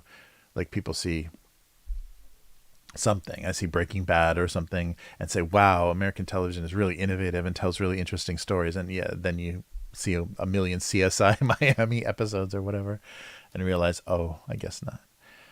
But yeah, that's definitely, that was my experience of anime, is yeah, coming here and realizing, wow, they just you know just crank it out because they're just trying to fill, and people almost it's almost, and maybe that explains like the weird level of like fan fiction and fan art and stuff online. It's almost like some anime has just become fan media of the medium itself. Like there's like multiple generations of like hardcore anime otaku that are working for no money in an industry that is never going to give them credit and never going to pay them well. They have to live with their family, but they're obsessed with this. So it just becomes like this weird creatively incestuous industry, so that they just have to use this voice actress to do this cute character because she's always done these cute characters, and so we just have to write something that gives her some lines to say as a cute character, because that's, oh my god, I want to buy that, some goods of that character. Like it just, it's doing it almost backwards in the way. It's not interesting characters and stories. It's just like, no, we need then the little squeaky girl. No, we need the deep voiced, and then we need the older sister, the Onechan style character. Yeah, it's just like they're filling in these this template, and it's just because this is what people want. Yeah, I don't know, but I was really shocked about how weird that is. Uh, Very nice.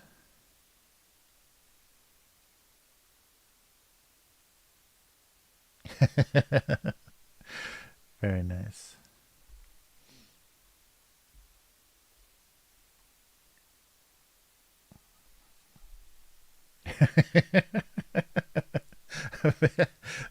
All right.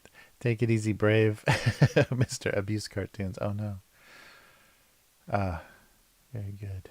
Yeah, thanks everyone hanging out in the chat. Yeah, hopefully some fun fun discussion. Yeah, I'll send you the transcript, Yum. You can just do a copy paste of every title, all the titles we're talking about. Yeah, I feel so out of it though. There's so much stuff that I'm yeah, so far behind. Oh, that was, yeah, speaking of like stuff, remembering stuff and archives of stuff.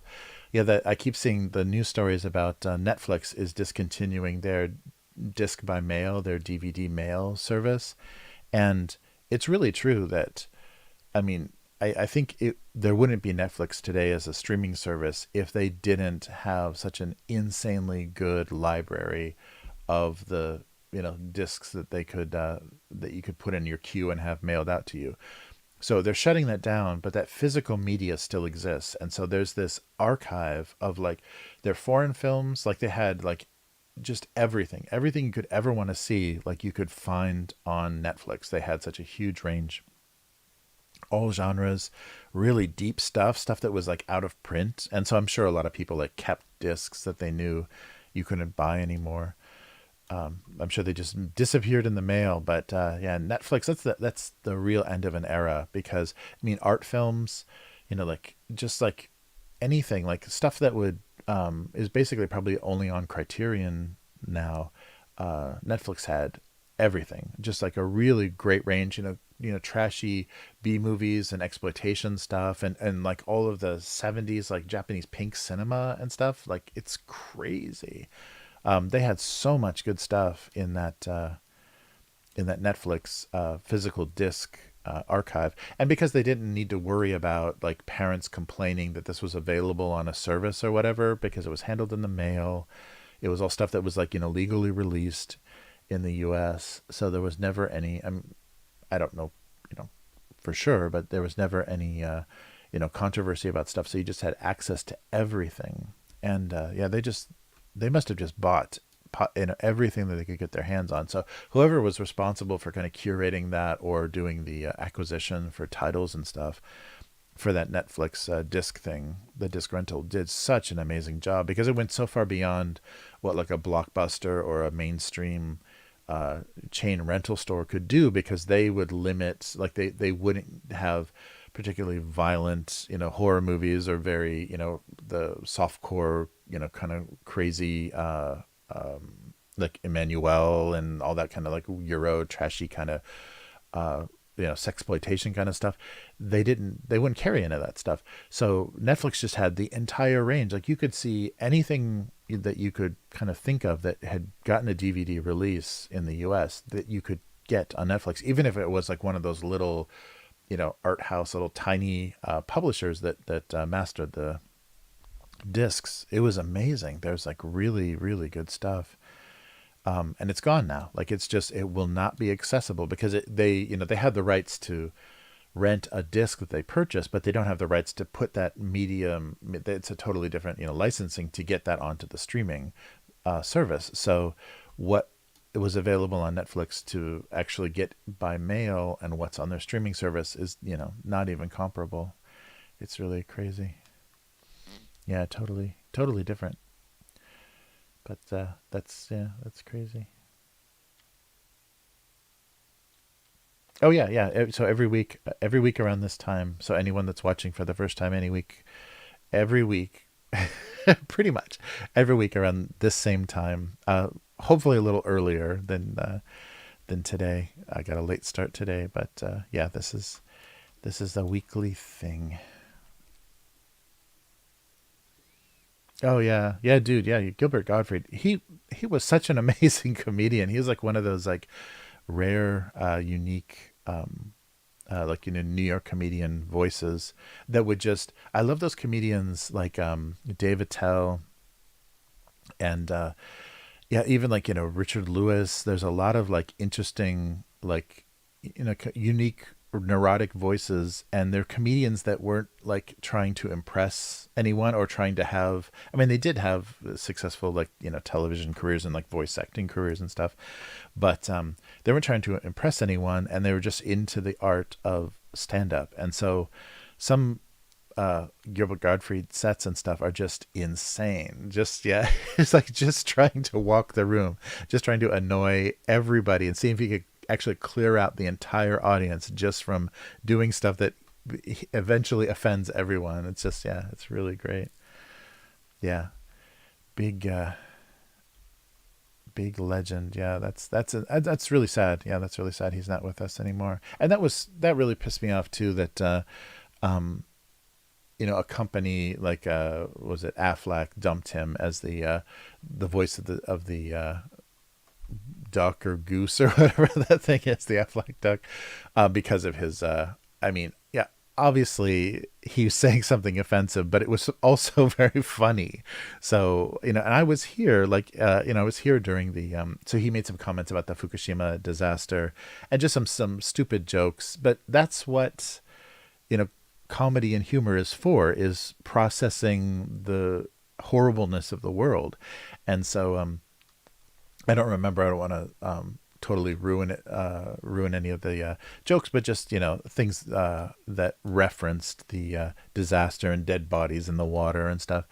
And it was funny, and he did it in a funny way. And of course, they got offended, and I think because Aflac has big Japanese, either a big subsidiary or big ownership by Japan. So somebody that I don't know where and how they saw that, but somebody got offended for the Japanese or was Japanese and got offended, and he lost that. Probably was big money for doing the Aflac voice, but that sucked. It really sucked that happened.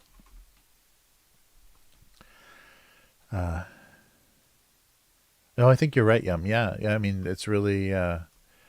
Because that was the thing, like post 9/11, it's like the comedians couldn't wait to like get to the point where after the shock had worn off, with like, let's start processing this, let's start talking about what the hell just happened.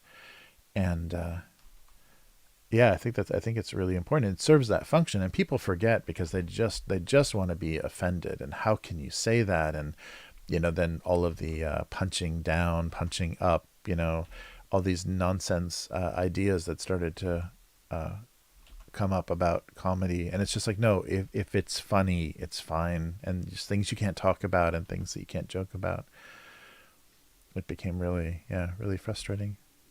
But I guess, when you're attacking speech and stuff, it's definitely going to be comedians that are on the front line of that, because they're trying to say things we haven't heard before to either shock you or surprise you and make you laugh from that, like that weird shock of a new idea or something funny. So yeah, they're always going to be the first casualties to controlled speech. And we're definitely in a really weird time of people trying to figure out how to shut down, how to call everything Russian disinformation and conspiracy theory. It's really weird how there's not, yeah, independent thought is very dangerous now.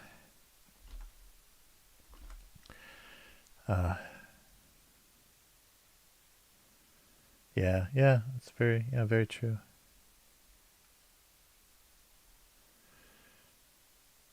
Uh,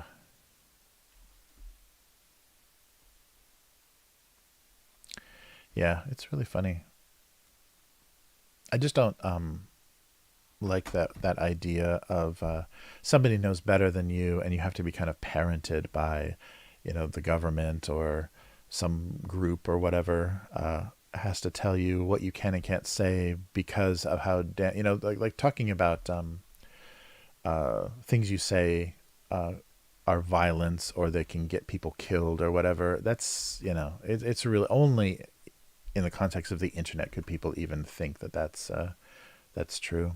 And how people are so stupid that if you say something provocative or suggestive to them, that they'll just follow whatever you say. Yeah, it's really ridiculous that how they underestimate people and say, well, yeah, we can't let you hear this because you're just. And it's just the same way that like heavy metal or video games or whatever is the cause of every school shooter or mass shooter, because obviously they can't differentiate between fantasy and reality, because they're just so, they just need our help. They need to be told by us. Yeah, that's really it's really weird that that's only gotten worse, because that started, what, 90s was whatever, like the suicide and heavy metal connection, and it's only gotten worse where people have to tell you this is too dangerous for you to hear. You're just not mentally equipped to hear something like this. Yeah, it's really weird, but I don't know. I think it's just we'll have to see how things shake out, and pretty soon, with being able, with all this like generative AI and stuff, with being able to just like flood any sort of social media or anything with auto generated text and things, it's going to be ridiculous. You're not going to be able to.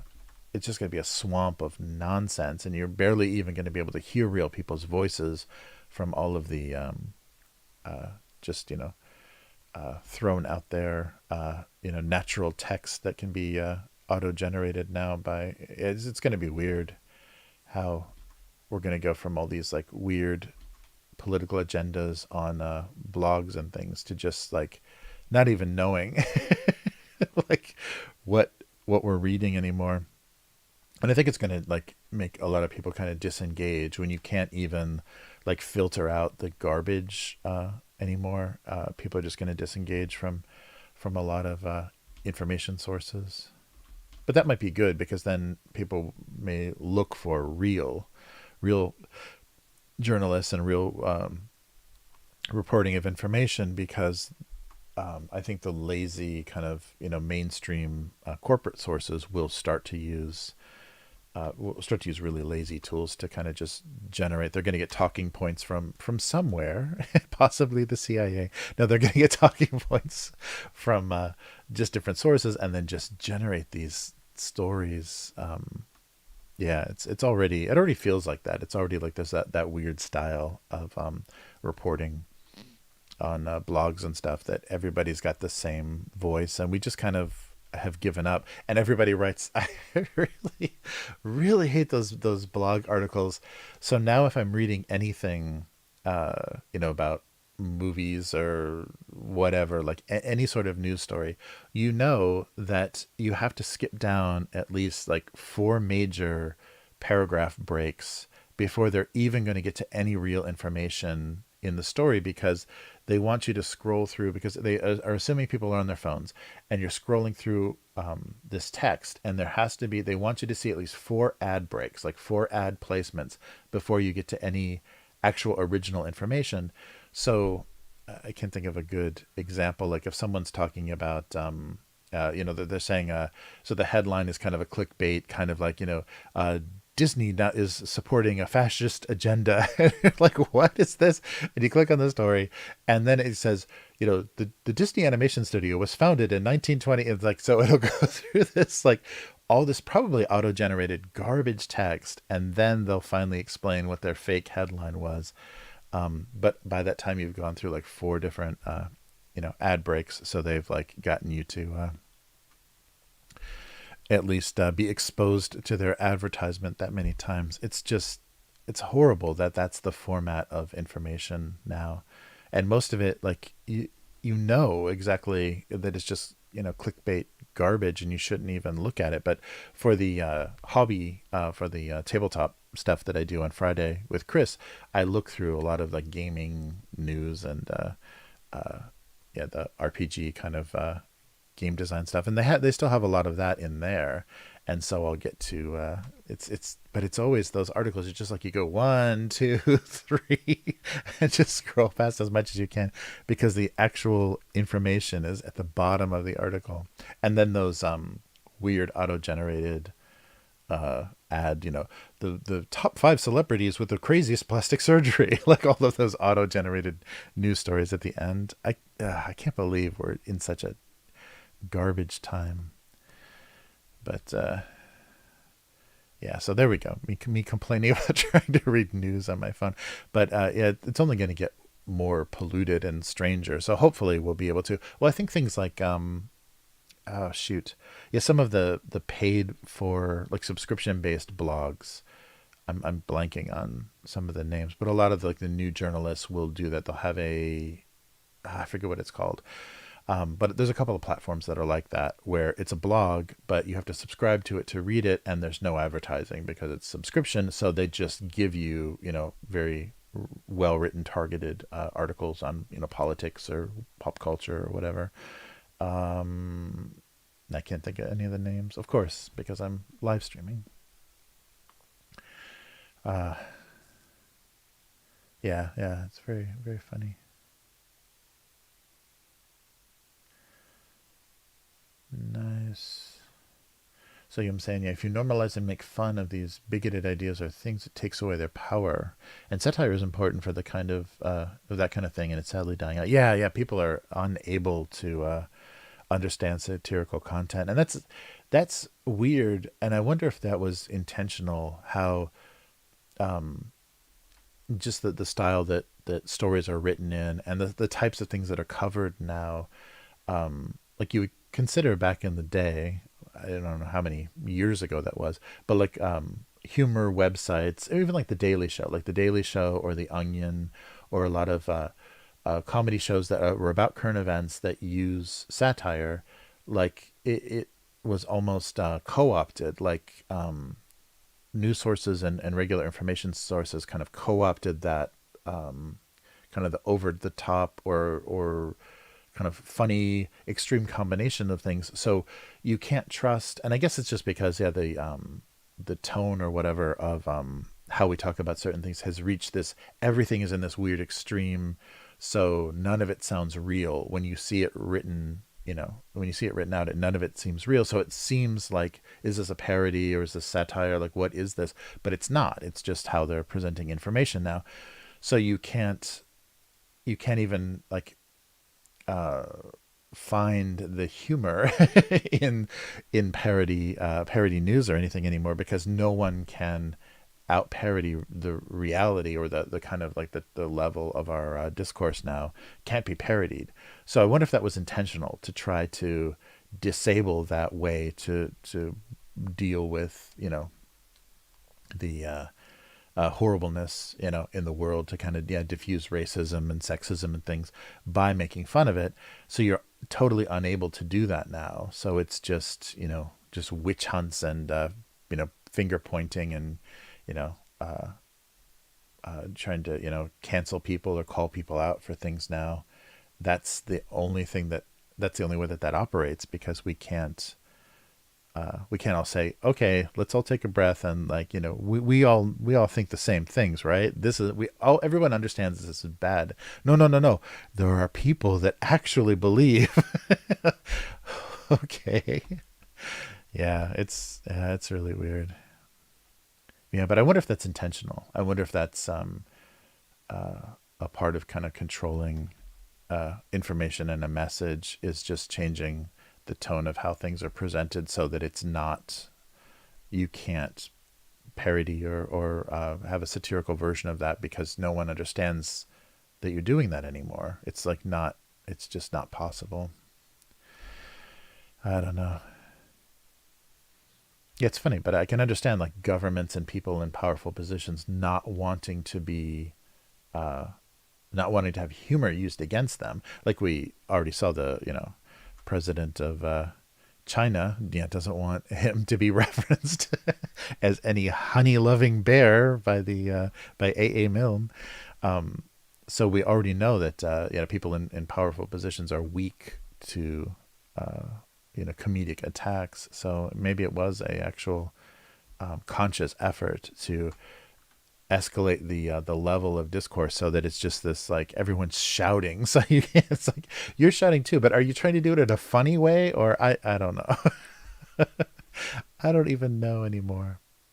Yeah, like the I think that was a Simpsons thing too, but yeah, being too ironic kind of having irony poisoning. So you're being ironic and like pretending to like things and making fun of things for so long. It's like, is that what you really think? And like, I don't even know anymore. I don't even know what my opinion is anymore. I'm just so tired of ironically liking things. Uh, yeah, I don't know. It's a very odd. I'm just hoping a savvy younger generation is going to save us, is going to pull us out of something, figure out a way to talk around this or, yeah, I don't know. Very strange. But it's funny because most of the people, I've given up on a lot of older journalists. They're either, really bitter or just so, besieged by, with the careers having been beaten up so much, even if they're like good, legitimate sources, that everybody I'm looking to for any sort of news source is in their 30s. They're all like younger people now. So that's good. I think there's some hope in that. Okay, what are we doing here for the second cartoon? Too much talking, not enough drawing. Uh.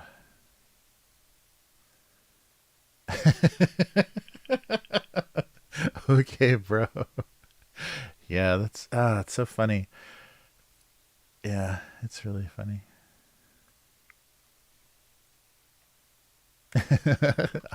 Ironic, bro. Yeah, yeah. It's weird how things change with how they're used. Like, yeah, that bro is like, yeah, almost. Some people think of it as dangerous, like when you say things like tech bros and stuff, crypto bros. Those sometimes sound like dangerous people that are having like too much effect on certain situations because they're either following some trend or yeah, that's very funny. Tech bros. uh, Bruh. uh, yeah, it's a weird thing, weird. And I'm surprised how much that comes up, the control of language. So many news stories and so many things that it seems so conscious to change pronunciations of things or consciously try to control language. And if they can successfully do that, that means I don't know. It's like okay, you're following the opinion, and you may not even, if we've gotten you to say the name of a city differently, then we've managed to at least persuade you in this way. So maybe more that follows is going to persuade you to. You had this assumption. You had this, like, we always said Kiev. Yeah, chicken Kiev, Kiev, Kiev. And then suddenly there's a war in Ukraine and everyone's saying Kiev. And maybe that's more accurate to Ukrainian, but nobody speaks Ukrainian. And it's Kiev is an Anglified way to pronounce that. But then you notice everybody stepped in line, and everybody that wanted to sound like they knew something about the situation or had some valid opinion or whatever, suddenly had this new pronunciation of the city name. And I noticed that with the train derailment in Ohio, everyone's saying East Palestine. And I grew up in that area, and I haven't been there for a long, long time. But we always played East Palestine in basketball. We didn't. Yeah, we didn't play East Palestine. So I don't know who, and that may be like a recent development that they wanted to, because of the relationship to Israel, the Israel-Palestine conflict. Maybe they have in recent years differentiated themselves, but I've never heard anyone say East Palestine ever. And so it does seem like there's a conscious kind of control of language is also control of thought. And if you're using our pronunciation, then you're on board with us. Like, then it's a kind of a weird way to signify that you're like you have a valid opinion, you're involved in this current mindset or whatever. It's really weird. We're trying to sound more fancy. Yes, unknown girl. Yeah, exactly. It sounds fancy. I say it like the Ukrainians do. Chad's and Stacy's, bruh. Uh, yeah, it's very funny. Yeah, I wonder what that is.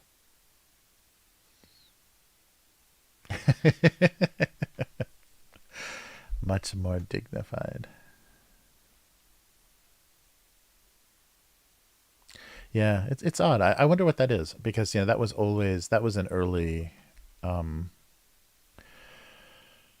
uh, linguistics idea, and probably coming from Marxism or whatever, where language, the language you use to think something has some effect on how you're capable of thinking about things, or words that are used um, to represent certain things have an effect on how you see them. I forget what that's called. But that was an early theory. So I think that language, manipulation of language, kind of always exists to have some sort of uh, to have an ideological, or at least a kind of conforming uh, effect. So yeah, if people are all using this same pronunciation, then you've kind of gotten them to do something, to take a weird step in a weird direction that they may not be aware of. I don't know. I don't know what that is, but I keep noticing that weird. It's always been this, but now it's this. Wait a minute. Yeah. So just maybe that's the first step of accepting, new ideas or new takes on things. Okay. What are we drawing here? What are we drawing? Um, I got to go back to the days where I did a single thing in the middle of the page and called that a cartoon. So I don't think this. Well, the can's okay. I think this flashlight. Uh,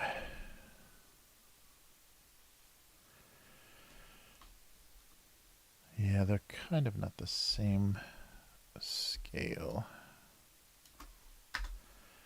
Maybe.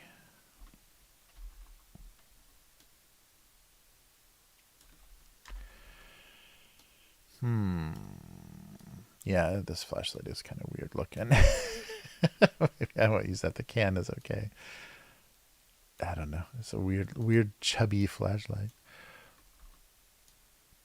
Yeah, I don't think I want to make any Bud Light references in a cartoon right now. I can't believe that.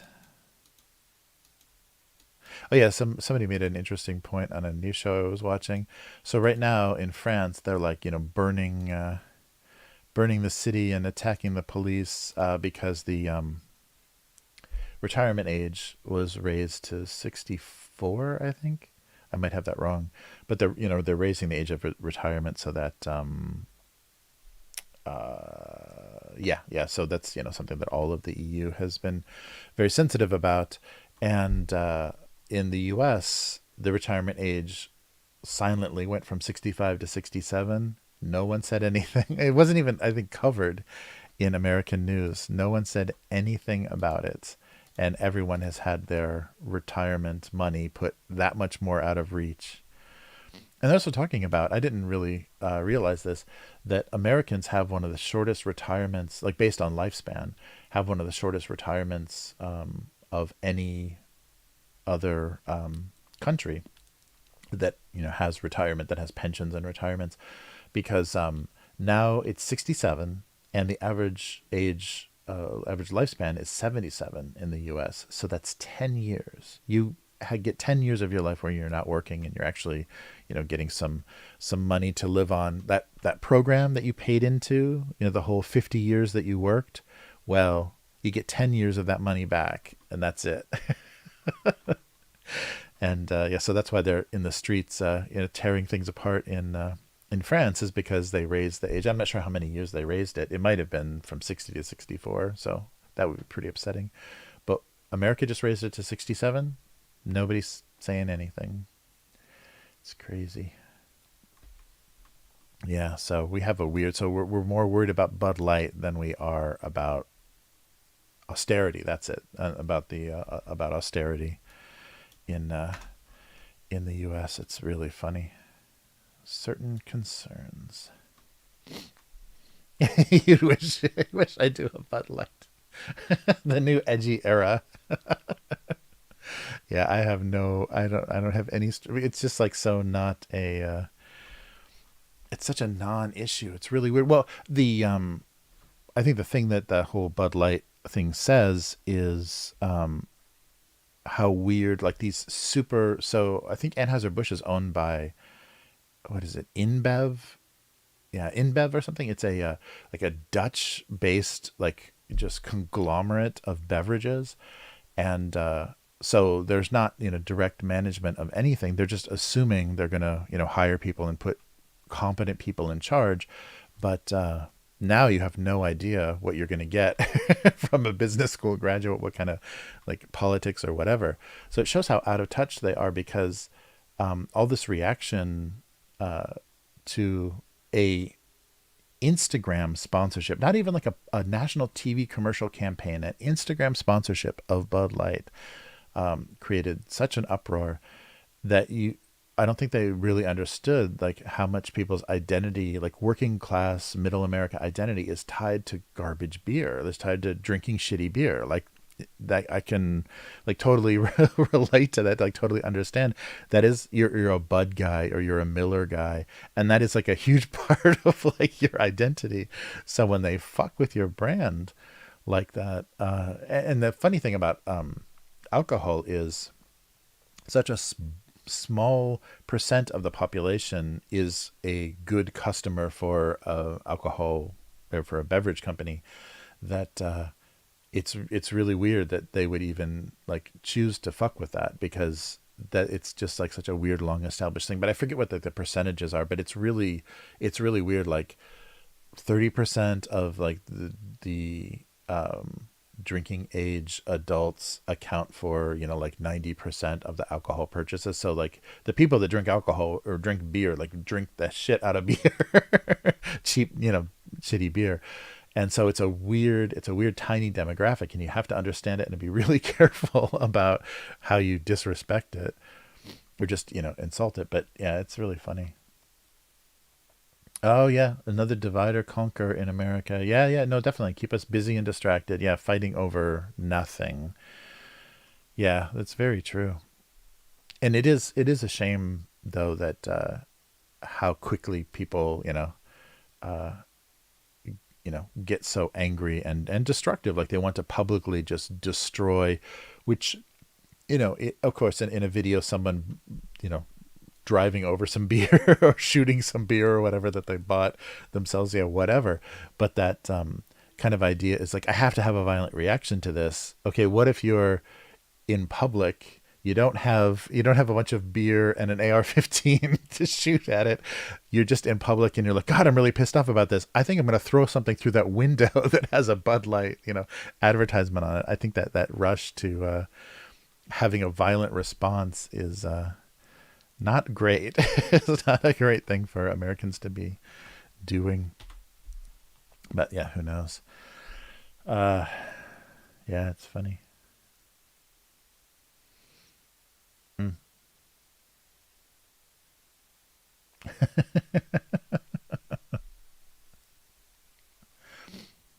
Oh, did I say the F word? Did I really? Uh-oh, wait a minute. Oh man. But which F word did I say? Yeah, I don't know. It's really funny the how easily distracted. And I think yeah, some people really know how easily distracted Americans are. So that works. And we're coming up on the distraction season of all distraction seasons. There's next year's a campaign year, an election year. So yeah, be prepared for all kinds of enraging. Oh yeah, so I think I think you're exactly right that divide and conquer thing. That you got to get that ready. You got to like, and maybe that this was like testing the water as well. It's like, okay, let's see how let's kick the that Midwest hornet nest and see how riled up and how how active they are and how hard they're going to go out and vote for Trump or whoever the populist candidate's going to be for the Midwest. Let's see how. And then whoa, okay. I don't know. I don't know. Yeah, it's funny.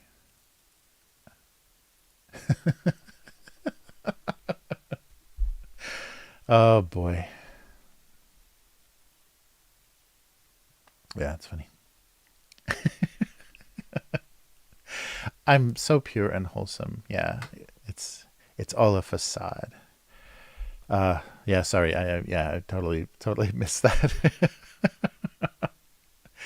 Oh man, but yeah, it's a funny thing. Okay, so I gotta not do that. Yeah, I can't even think of like a funny angle on that. And I don't want to, I'm not looking to kick the hornet's nest of my comment section on Go Comics by, I'll find out how strongly everyone thinks about, about Bud Light. Let's not do that. Although I'm trying to think, yeah, I have reacted to some, kind of silly current events before. Yeah, like water contamination and stuff. I think I've had a couple of cartoons where I was doing bottled water jokes. Like, yeah, I can't remember. Um, and it's funny too because obviously it's not strong enough or it's not a big enough news story that it has any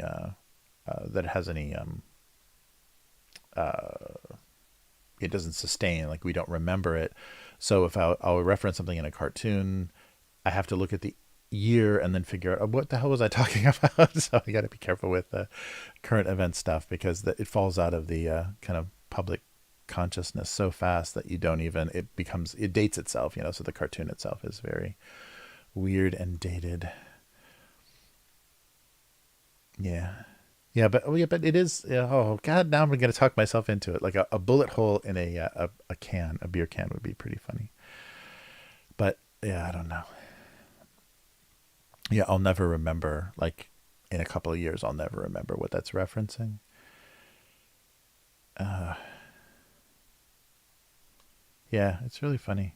But it's also funny that people think that brands that they support should respect them. It's like no, they tricked you into thinking that this is something that represents you. So they have no respect for you because yeah, how you've made this, this color of a beer can and this logo part of an identity that, yeah. So of course they don't have any respect for you because they're completely manipulating you into being a loyal customer of nothing just because like we kind of have brand loyalty just because it's so overwhelming to choose to go in from zero and like, okay, what am I going to buy? I have no idea. It's so, it's so visually overpowering. It's so, uh, it's too much to start from zero. So I have to come in there with some kind of, I'm this kind of person. I'm this kind of customer. Otherwise it's too much work to actually shop. And yeah, totally taking advantage of that. Okay. So, what else? Oh yeah, it's funny too. I just saw, so all this stuff is going on in the US and they're just introducing in Japan, which is becoming really popular. Zero alcohol beer is becoming super popular in Japan. I think because the drunk driving um, laws are so strict here. So they just introduced Bud Zero, Budweiser. I think it's Budweiser Zero in Japan, and it's like in this white can with all the red graphics of Budweiser, grayscale and like faded like to just this like ghostly like 20% like intensity. So it's a monochrome like black and white grayscale can, but you can barely see the label. It's very strange. I don't know, maybe they have that already in the US, but it looks weird. It's like this. Yeah, if you thought a weak undrinkable beer would be better with the alcohol removed. But they have invented so the technology, and I think why they're so obsessed with it in Japan is because they're like how they're decaffeinating coffee, they're de-alcoholizing, whatever the term would be. They're removing the alcohol from actually brewed beer. So they're doing that with a lot of different alcohol now to make this either zero or very, very low, like less than, 0.01% alcohol content for alcoholic drinks. And they still taste good. They still taste like the original, just with the alcohol removed. So they've come up with some sort of technology to do that. So it's becoming really popular in Japan. There's a lot of Japanese beer companies doing whiskey soda and beer and also different kinds of beer like IPAs, which was really terrible. I actually tried one of those, and that doesn't work for some reason. You don't want to just drink a hops beverage. It's a pretty unpleasant thing. But yeah, there's a bunch of alcohol removed drinks now. So they figured out some way to kind of reverse or remove it. So, and it's a little bit better than like coffee, like decaffeinated coffee. There's a lot of decaf coffee that you can tell is just affected. It doesn't taste like real coffee, but they're pretty good so far with doing this weird alcohol removal, and I'm not sure why. Uh,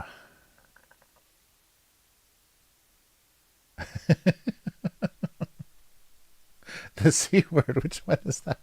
Wait, which C word? uh, is it communism? What? What's the C word?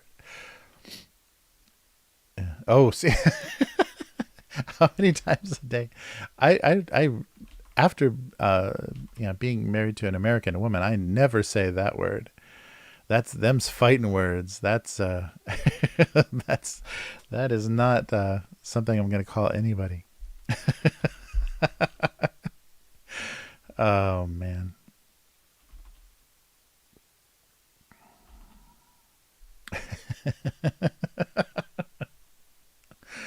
Yeah, that's right. Australians see swear. Yeah, it's funny how in English speaking languages the what is the strongest the strongest profanity is different, and it has different meanings probably because of the different origins. It's bugging me. Uh, yeah, that's true. It would be it would save you a lot of time if you drank beer with alcohol in it. It would actually have an effect instead of all this alcohol.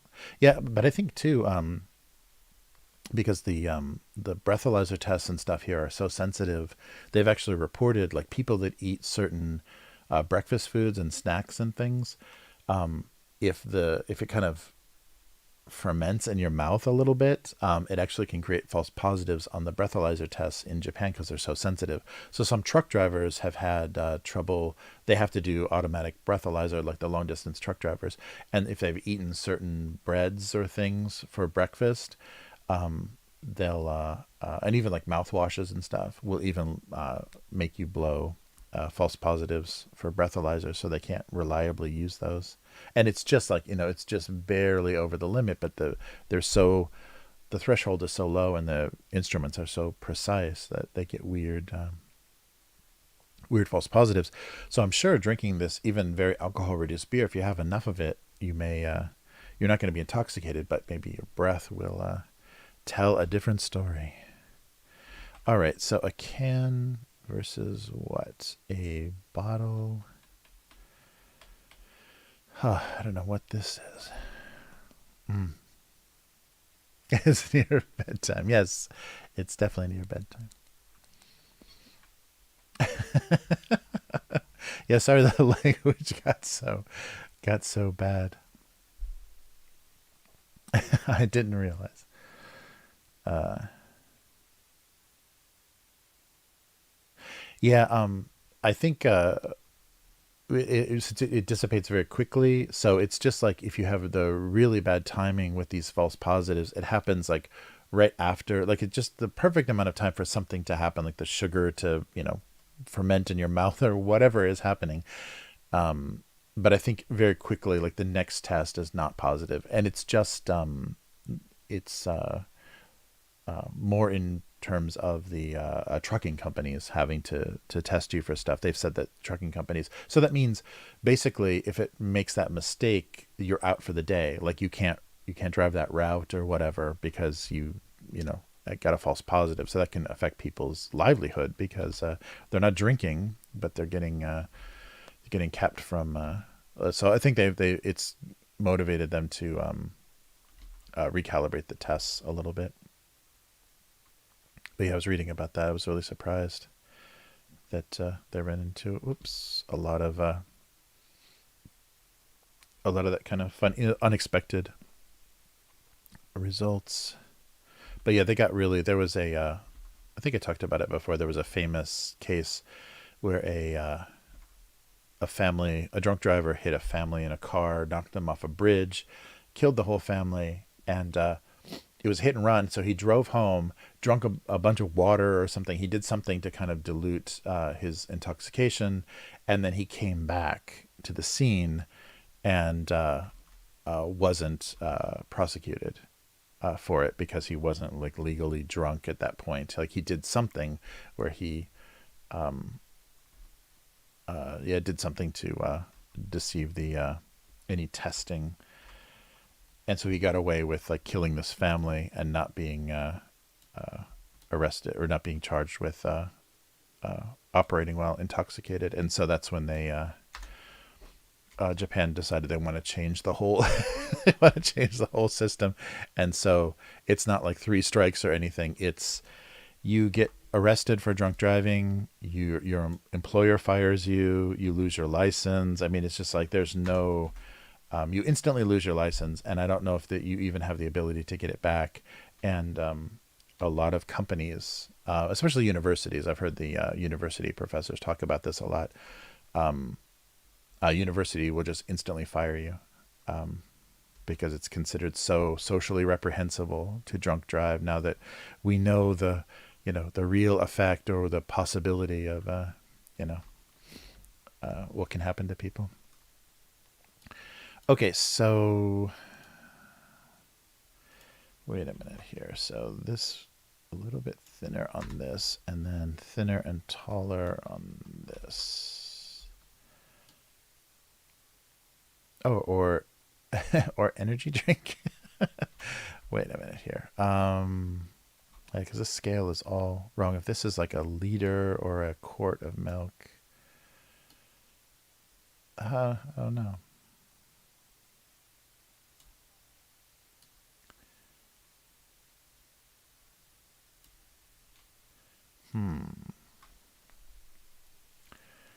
Yeah, energy drink, I can slim it up a little bit. Yeah, so maybe, let's see. So this won't get smaller, so I want to take this part out maybe. Oops, where am I? Oh, wrong letter. Take this part and put it here. And then slim the whole thing a little bit. And then just erase the squished top. I'm making this much harder than it needs to be, aren't I? Let's see here. Yeah, that's not bad. And then this. Something like that. That's a little goofy looking. That's more energy drink width, right? Maybe a little bit more. It was really funny. The Japanese distributor for, maybe like that, for Red Bull, I think I said this too, they discounted during COVID. They discounted the price of Red Bull pretty significantly, like 10%, 7 or 10%. So suddenly just the price, and maybe, then it got cheaper than everything else. So that might have helped their sales ultimately. But now it's back up. Now it's regular price again. All right. So energy versus milk. I don't know. Yeah, I was gonna do orange juice versus orange soda. Is that better? I can't tell.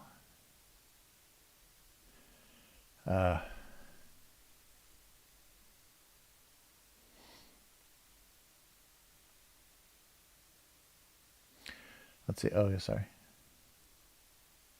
Someone caught her on dash cam. Oh, whoa, jeez. Oh, that's brutal.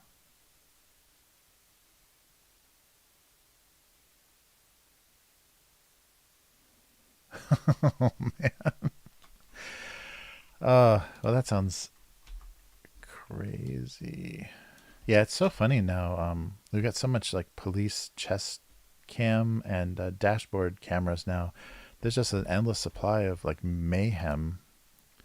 You can get your share of. Okay, well, let's try to color these. So let's just do a really goofy color scheme. Yeah, you can all the chaos you can handle is available. Oh wait, what about a milk? Oh well, let's see. uh,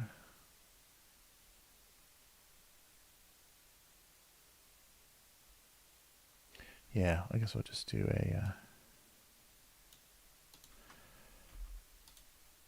and then maybe red for the.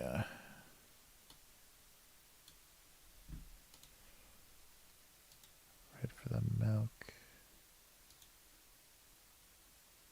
Yeah, let's see.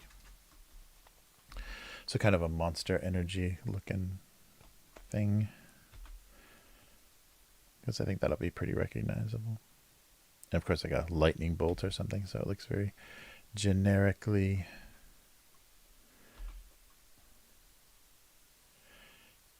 Energy. And I can't quite do black because then you can't see the eyes. And then some sort of red. There we go. Oh, it's getting late. Whoa. Didn't realize. Oh, yeah. Sorry, I should check. Let me just check real quick. Am I screwing anything up? Nope. Okay. Okay, cool. All right. So, yeah, just some. Boom. And this, my standard, I forget like what this is inspired by.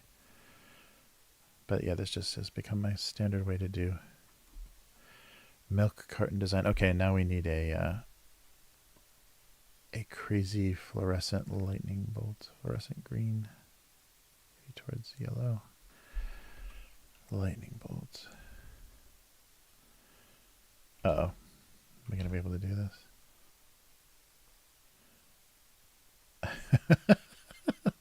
Oh no.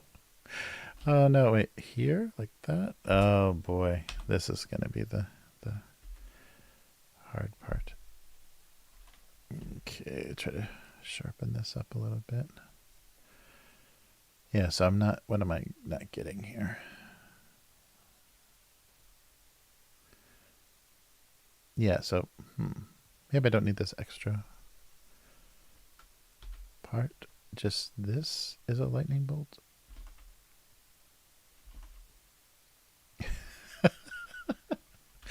Ah, so sad. Or that's just an S.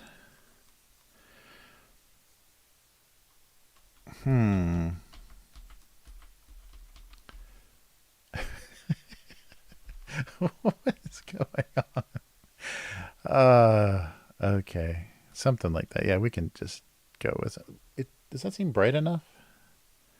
As far as the color? Yeah, I guess so. Everything else seems kind of... Yeah, it looks like a weird battery. Is it... Do I just need to angle it more? It doesn't look... I guess.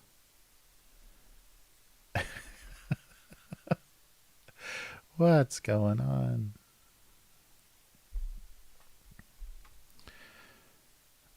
And I can just do a outline on it automatically. Just a regular color, like white, maybe. Yeah, it looks really weird. Oh yeah, you can see my weird mistake lines in there too. Wait, what's this? What's going on? What is that? Is there some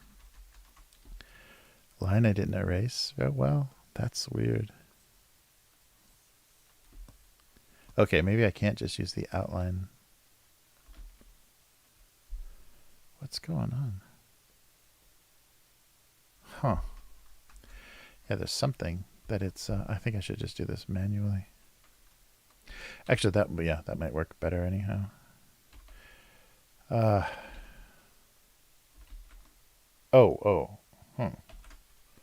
Weird.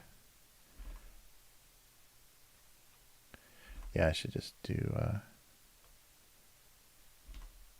holding shift, but it'll look funnier. And I can fade this out too.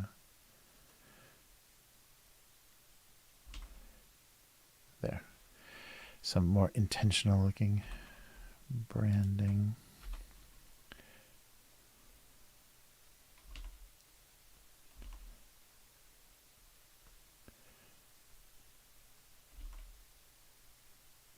It always has those spaced out letters at the bottom. Okay, and then we can, I don't know. If we fade that out, then it's going to look less, yeah, maybe not. No, and I think we need to. So it makes it look like it's on the can more. There we go. Nice. Yeah, at the angle at the top left. Oh, yeah, I think you might be right. Yeah. Oh, I was right, and I've got the magical... Oh, wait, I did all the writing on the same layer, didn't I? But I've got the magical power of distort. I can kind of play with the proportions a little bit.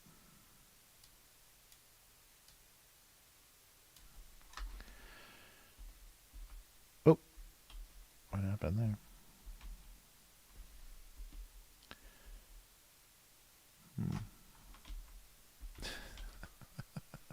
Yeah, I don't think it helped at all.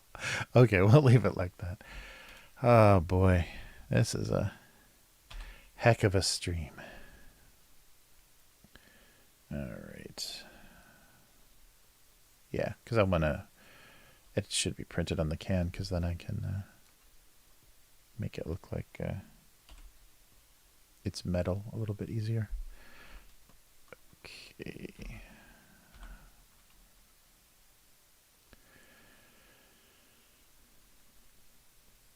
Yeah, I think you're right. Yeah, widening that one line would help. But it's the awkwardness that makes it... Oops. Oh, yeah. Charming. There we go.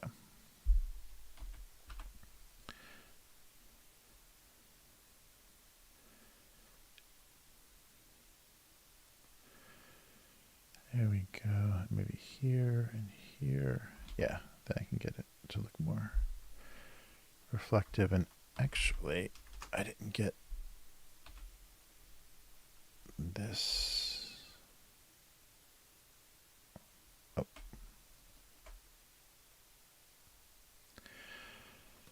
There we go.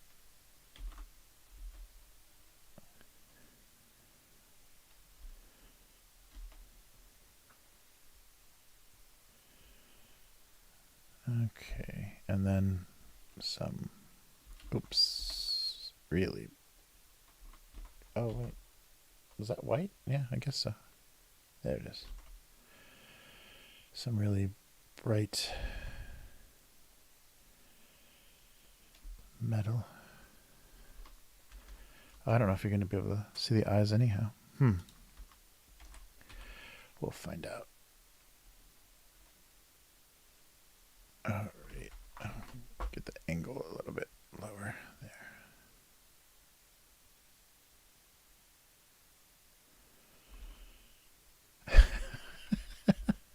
I don't know. Milk and an energy drink. I have no idea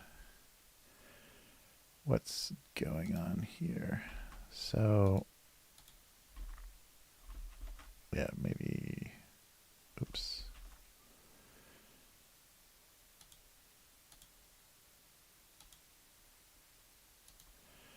I think you can see that. Can you see that? Yeah, the eyes are pretty visible. Okay. Oh, no way. Neon green. That's awesome. Neon green walls. God, that has to be intense. I wonder, like, psychologically what effect that has. A really, really bright color. I'm trying to think. Yeah, I don't think I've ever had any really extreme room colors. Okay. Both of these I have no idea what I'm writing, but we'll get them worked out anyhow. Oh, actually, so this is all kind of a paper color. There we go. And just regular white for the tissue. And I guess like a bluish color for the box. Yeah, with some sort of maybe yellow. Oh.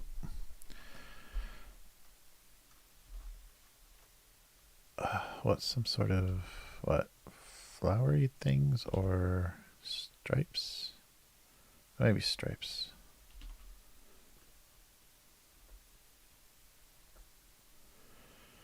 There we go. Yeah, I think I've done that in a bit. And then on the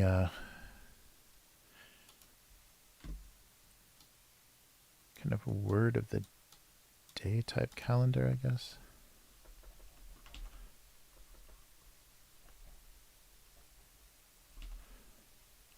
Or maybe a couple of different ink colors.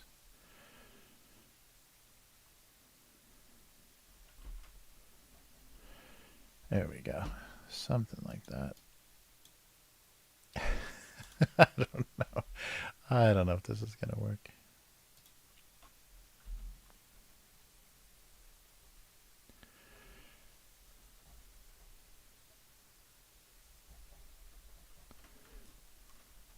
All right.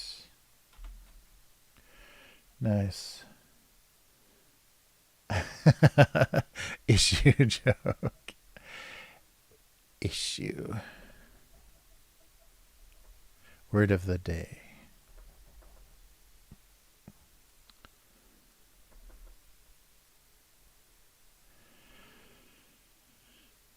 Yeah.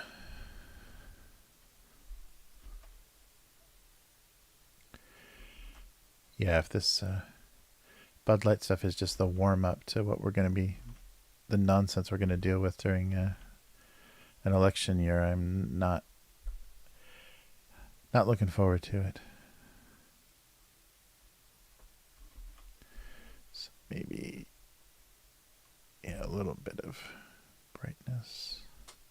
And same with this box, little glossiness. I don't know. I don't know. Oops. What's going on here?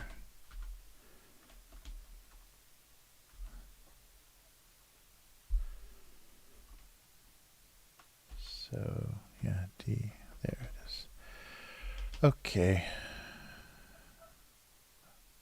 Everything's squeaking today. Shift my desk around. There we go.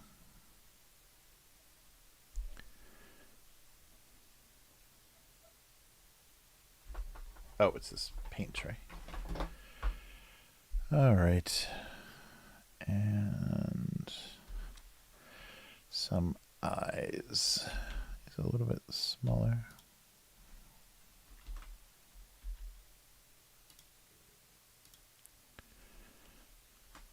Maybe this side.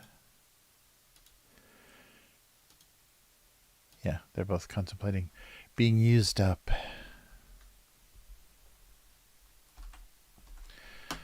Yeah, visually that's not very interesting. I wonder if I should do a different color for the paper. Like bright yellow or something. Let's see if that helps at all. I just keep dragging this out, don't I?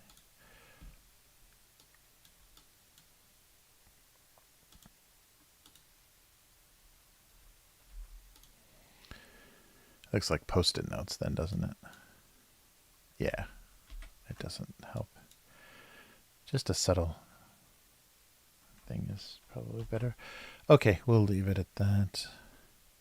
All right, so it's time to read some of the too active comment section.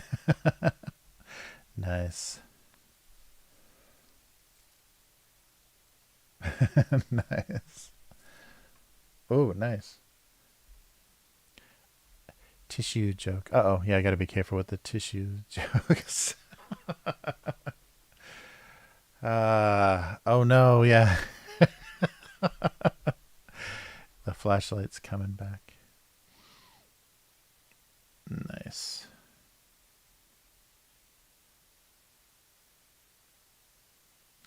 Oh, have I ever done white eyes on a dark object? I think I did one time have to do, yeah, if I did it too dark, I did something to brighten it up. Maybe outline the eyes. I can't remember, but I think I have. I think I've done some, not very often, but yeah, I've done some way to make it more visible so I could do a darker colored object. I can't remember what it was though. All right, well, let's take a quick look at some comments. Oh no, where did they go? Comments? Comments? Hello? I thought I did this already. Maybe I did it for the wrong scene. Yeah, I must have. Must have been the wrong scene. Boom. There we go. Okay. All right, so sorry, got to go back to, we're at 2010, I think, right? June, July, August. Sorry, let me double check where we left off. Oops, wait. Is it here? Yeah. So the last one was, well, I've got 9 pages of, of corrections. Yikes. Oh, I didn't. March, April. So April, May, June. So July. Let's see if that's true. Oh, yeah, I was right. July 1st. There we go. Let's see if the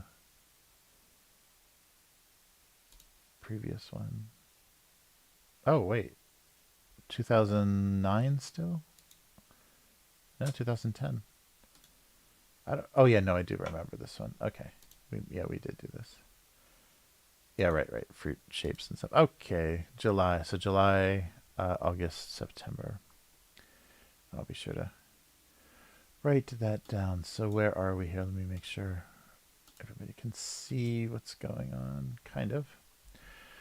Okay, so July 1st, 2010. Popsicles didn't find the beach relaxing in any way. Yeah, that's right. That's where we left off. All right. Oh, wait. We did July. She hoped that her footwear appreciated the several months she carried them. Oh, like a mom. Oh, yeah, no, we did. That's so August. Yeah, I did all this. So August. Okay, yes. So it was possible to be decorative and useless at the same time. Uh-oh. Wait a minute. The job of... Oh, maybe we did August too. Sorry, I didn't write down the months we covered. Yeah, because these are all marked. Okay, so maybe not August. Keep trying. September 2nd. Yes, this is the one. That's right. Because I remember being like, ugh, this is terrible. Yeah, obviously you got a kid because you buy these like weird, useless things for keeping whatever axe blade, what axe heads? I think was the comment for last time. Storing your axe heads. All right. Oh, axe blades. That's right. It'd be a good place to store your axe blades. Okay, so it's September. So September, October, November. Maybe. Yes. Okay, to the Frisbee, it was not a mauling, but canine appreciation. I kind of messed up the aerodynamics. Oh, yeah, I've been here. I've been here liking these comments. All right. Oh, here we go. He patiently waited for analog cable to make its comeback.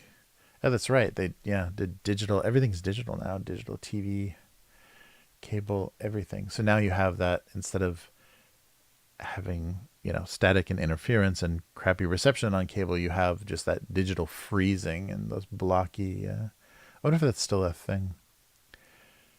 All right, analog cable. What are we going to watch? I'm sorry, guys. I fell asleep. Oh, yeah, I guess I was reading something about VHS versus Betamax, and they said Betamax was actually more expensive to produce, was one of the factors, and along with like the companies that supported it and whatever. Not be able to charge paperweight. All right. Oh, there's the classic milk cartons. It wasn't a family, just different sized dairy products.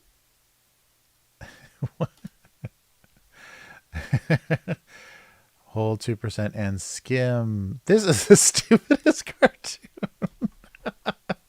Okay, that's one of my favorite comments for a while. This is the stupidest cartoon. Yes, it is. Oh, man. People and their opinions. I don't know, Chris. Sometimes it's the comments. Yeah, Chris, what you got against milk? It's Dada. Why should it make sense? Might even be better in English. This is not My Beautiful House. Oh, boy. Okay, let's keep moving on here. He suspected she was hiding the beginnings of a sandcastle. She buried the past.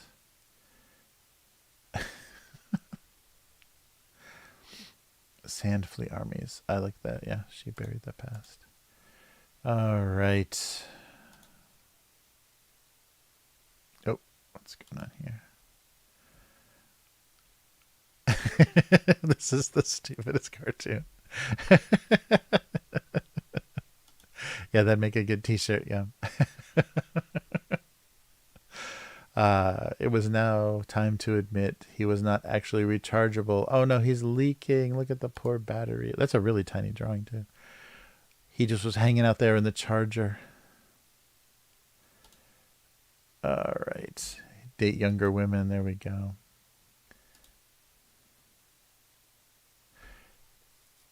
Even if he was rechargeable, he wouldn't have enough capacity to keep up with her. Nice. All right. Oh, there we go. His youthful good looks were ruined by a single glass of red wine. Poor guy. Red, white, and blue. Kind of like how the red sets off his strong chin. Why am I seeing Alfred Hitchcock? Bates Motel. All right. Travel towels often compared how well they were hung. Oh, wait a minute. Here we go. I wouldn't touch that with a 10-foot pole. Nope, me either. This is a family website. Nice. All right. Travel towels. Or no, towels. Why did I say travel? That's weird. Yeah, something. I thought hotel or something from that towel bar. Towels often compared how well they were hung. Okay. A dead Xbox produced a lot of strange debris. Yard sale. Yeah, that was the death of a rock band. Everyone has a plastic drum kit and guitars in their closet now. The lack of electricity made things feel mechanical. There's a lot of like weird sex innuendo in these in this run here. It's obvious the spark of the relationship is gone.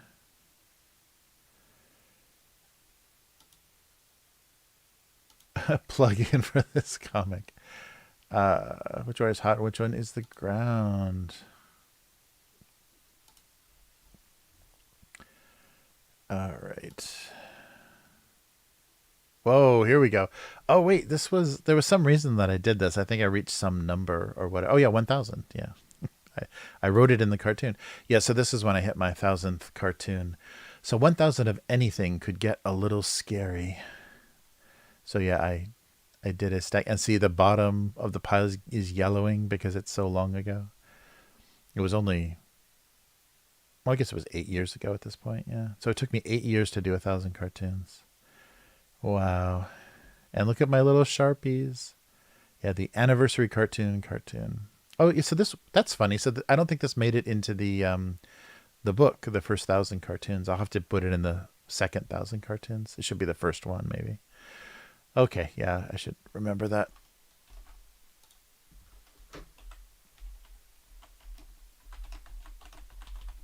Okay. All right. Yay, we hit 1,000. Wow, 1,000. Thank you, 12 years ago. All right. So October 12th. So we're doing what? September, October, November. They hoped their absence from the car would get. They hoped their absence from the car would get noticed. Yes, we've got a missing headlight and tail light, or I guess blinker. The world was no place for a solitary snack pack. There's no I in snack pack. I think Chromosome makes that joke over and over again. You can eat them one at a time. Stick together until the end. I like the damaged snack pack. All right. The long envied bookmark turned out to be only a subscription card and a spam magnet. All right. Unprovoked bean spilling was often ignored. Looks like it's already been eaten once. Unprovoked bean spilling. Not in my house. Oh, bean spilling is in spilling the beans. Ah ha ha. Damn, that's not great. All right, he tried to understand the connection between sand, gravity, and time. These are the days of our week. Tiny glass tube hardly makes a crack pipe. All right. Oh yeah, seeing some new names in the comments that probably never came back. All right. Yeah, it'll be funny if I see in the recent comments somebody come back and say, why are you liking 12-year-old comments? November 2nd. So we'll finish up November. He cared less about the rate of travel and more about the point of impact. Ooh. I need a pint of impact, please.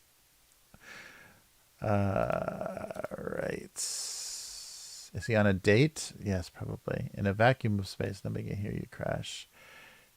It's not the falling, it's the impact. Oh, let me size this down a little bit.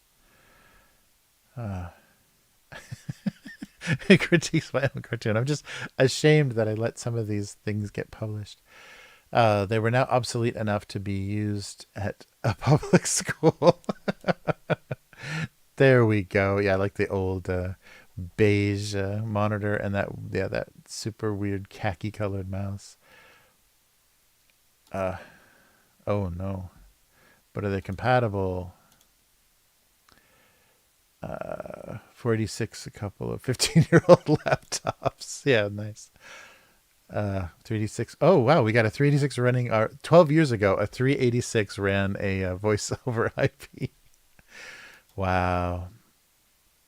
I mean, a Pentium 4. Look at this, so funny. I guess, yeah, if you're reading cartoons on a computer, you're probably, pretty much into computers. Running a Pentium 4 with 250 RAM card running Windows XP. 12 years ago? Wow. Wow, that's a long time. All right. Pentium 4. The longer he considered his situation, the worse it got. This is one hot comic. I've already been here. Yes, I have. All right. November 11th. Once a junk drawer, always a junk drawer. Look, there's a paperclip. Can I see your junk drawer if you really want to learn who they are by what they hoard? I have one in every room. Hey, the paperclip may come in handy. Nice. That doesn't look like a junk drawer, any junk drawer I've seen before. All right. If only my junk drawer looked like that one. All my drawers look like junk. Lame. Is that a critique of the cartoon? Lame. Thank you, Gravity X. Or DJ Gravity X. Nice. No longer a junk drawer. All right. Lame. Oh, yeah, this was another painting I did on a big panel. This was a big foam panel. Yeah, the first series that I did was on foam. Very breakable foam panels, so I had to be careful with them. But that's what went into the window of the gallery. That was the first thing that went into the window of the gallery. This big balloon one. Their intimacy came at a price. Funny cartoon. Funny comments. Is that a cherry-colored balloon? Oh, colored with a U. Somebody doing the was it Nana song? The lyrics to an 80s song. All right, November. What is that? 18th. His message was far too corner dependent. Just rolled up. Hey guys, I'm on a roll. Nice. It was like looking in a mirror, but now with a new and improved taste. Oh yeah, there's a little burst there. Or less ounces, yeah, right. Same old product, new improved package, price increase to follow. All right, 23rd, 25th. Child safety had been higher, should have been higher on their list of concerns.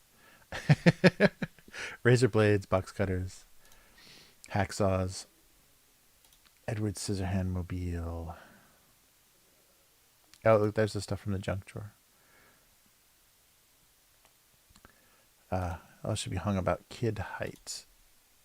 All right, November 30th. He was lucky to be the least embarrassing family memory. Yeah, I like the. That's a photo. Uh-oh. Wait. Hold on just a second. Let me get the door real quick. Be right back.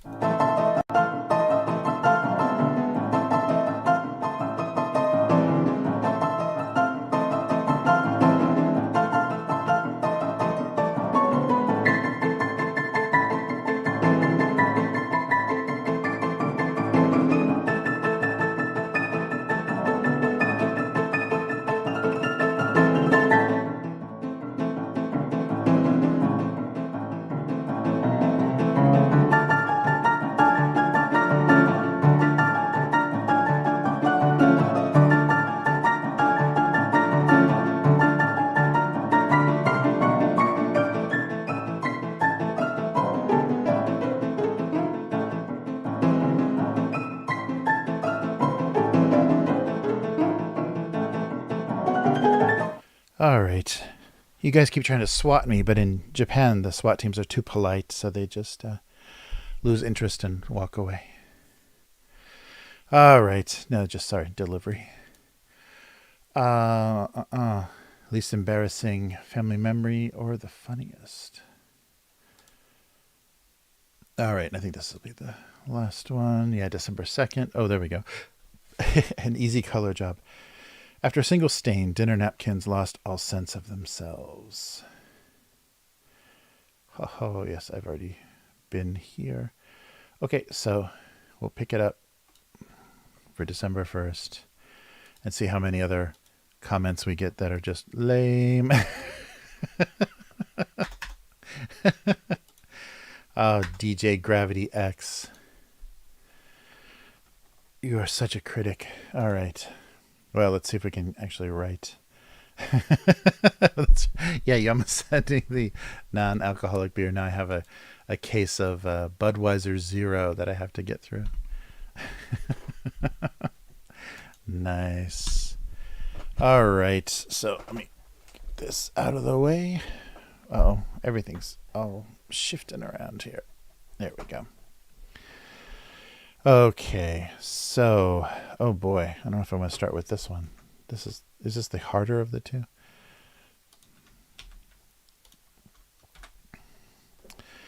Let's see here. Get my coffee cup out of here. All right. Oh, new tea in Japan. It's socha, socha, but it's a little bit like naturally, not naturally sweet, but really light, kind of Swedish sweet. It's a little bit sweet green tea, but not sugar. Just the tea itself is very light. So a lot of green tea is a little bit bitter, and this one is real mild. It's not Swedish green tea; it's Japanese green tea, but it's a little sweet. I don't know a better way to say that. Okay, so energy or vitamins or what is that emoji? A snake with a oh yeah. Bonsai beach show. Poor cobra. Nice.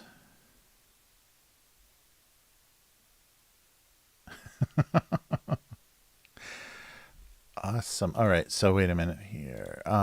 So yeah, so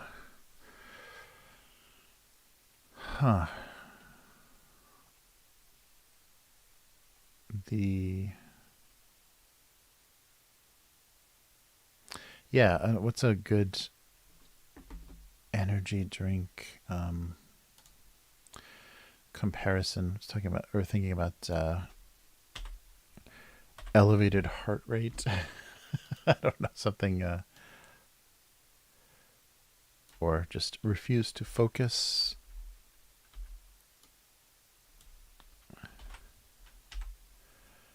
Let's see.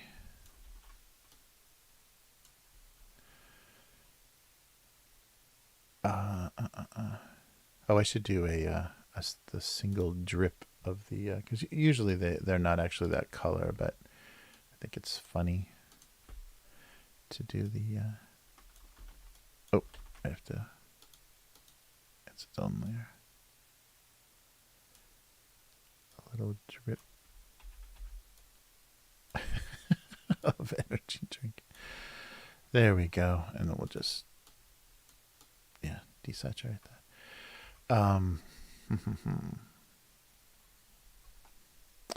Oh man, I'm completely out of energy. Well, it's getting late too. Sorry. So just physical currency. We'll just use the physical currency joke. Energy and calcium and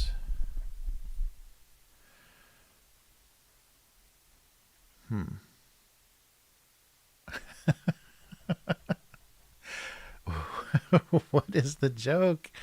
What is the joke here? I guess I should have just done a Bud Light joke. That would have been an easy one to pull out of nowhere.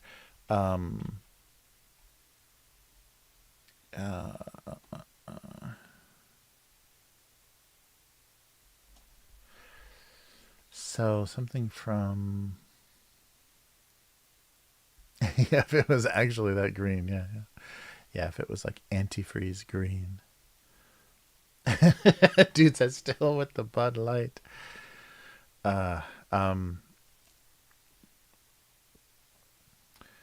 What's the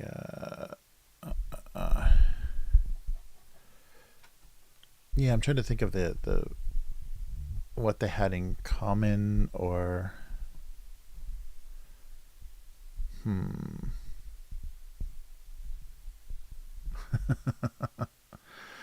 yeah, up and down. Yeah, that's not a bad angle. Yeah. Yeah, so like the warm milk. Yeah, like the drinking warm milk when you can't sleep, or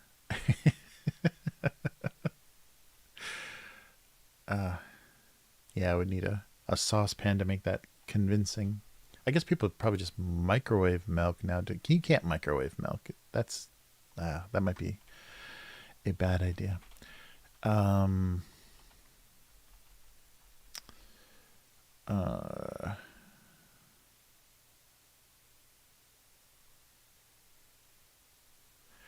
yeah. So or just something about a relationship or a hard person to be around. Um, yeah, something about energy drinks. Uh,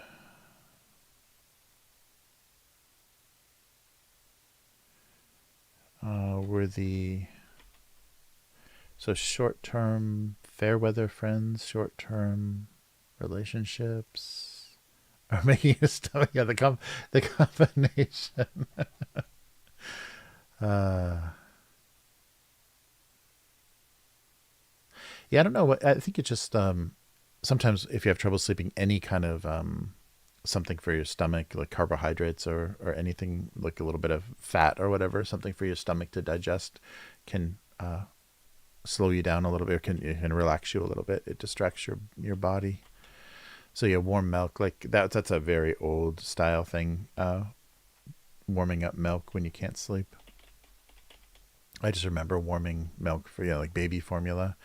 That's the most common kind of warming I can remember. And then having to test it on your wrist so you don't scald your baby's mouth. All right. Energy drinks were uh,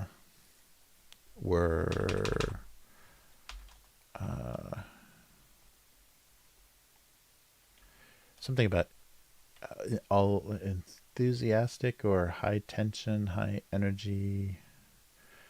Energy drinks were fat content. Personality clashes. Yeah, yeah. Oh, fun. Oh, fun being around, not for long. Oh, that's really good. Yeah, yeah, yeah. Yeah, short term is good. Yeah, that's really good. Yeah, fun being around, but not for long. Uh, yeah, fun being around. Wait, the extra space.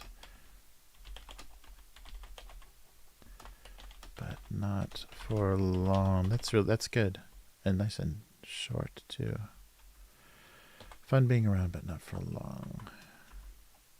Yeah, everything looks like an extra space there today. Or maybe fun to be around.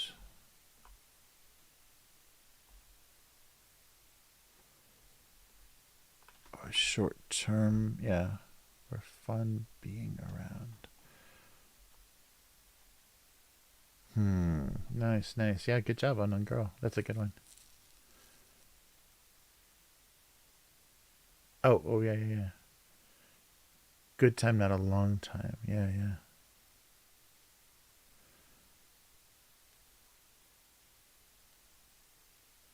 Yeah, yeah. Something about because it's like, yeah, sugar and caffeine. So the peaked. Um,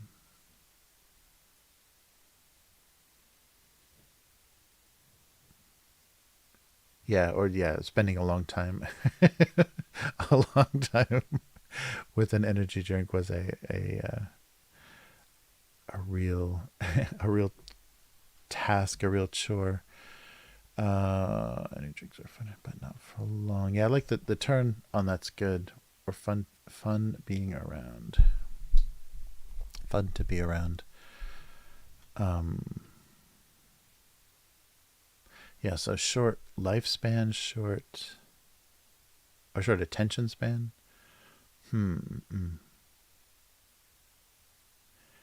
Yeah, fun being around, not for long. Good time, short time. I wasn't very cultured. Nice, yes.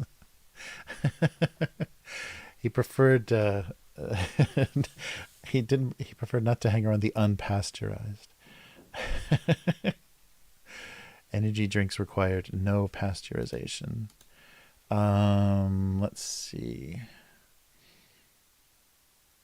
Yeah, I think that's pretty good.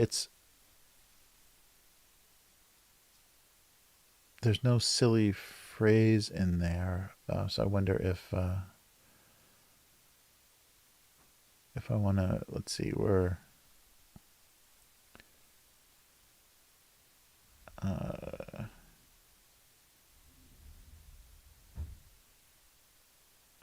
that lightning bolt is really terrible. Fun being around, but let's stick with that. I think that's a good solid way to write it. But there might be something else to play around with in there. And then this is even worse. All right. So the idea of they're diminished. They're both paper and they're kind of diminished one at a time. So every day.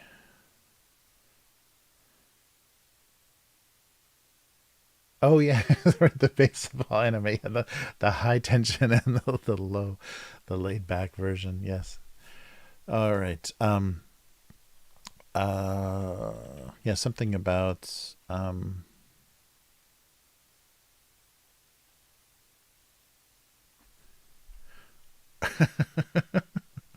this is another but da da da but something. So they both used daily. Oh, maybe this won't make any sense.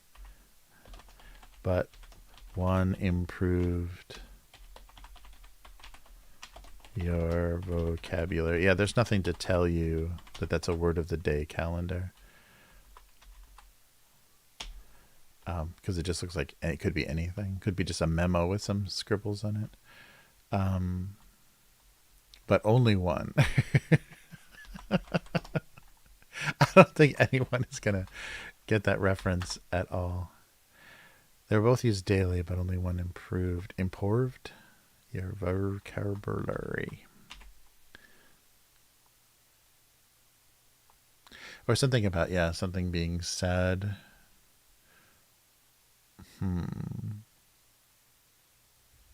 Yeah, maybe, yeah, physically write a number instead of just a squiggle might help. Or actually physically writing a word too might make it more clear. The word of the day. Oh yeah, oh just a, yeah, if it's just a calendar.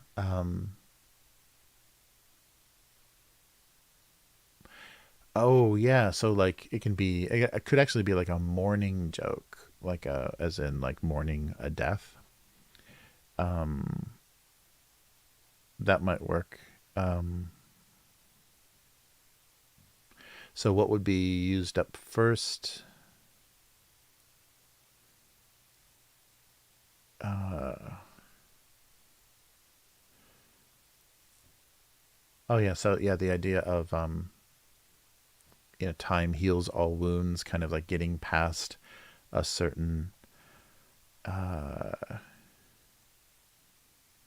yeah, so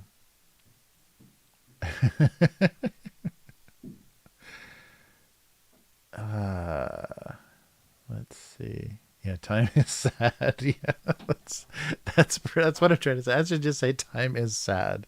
That's the best way to express this. I'm trying to be too clever. All right. Passage of time involved a lot of tissues.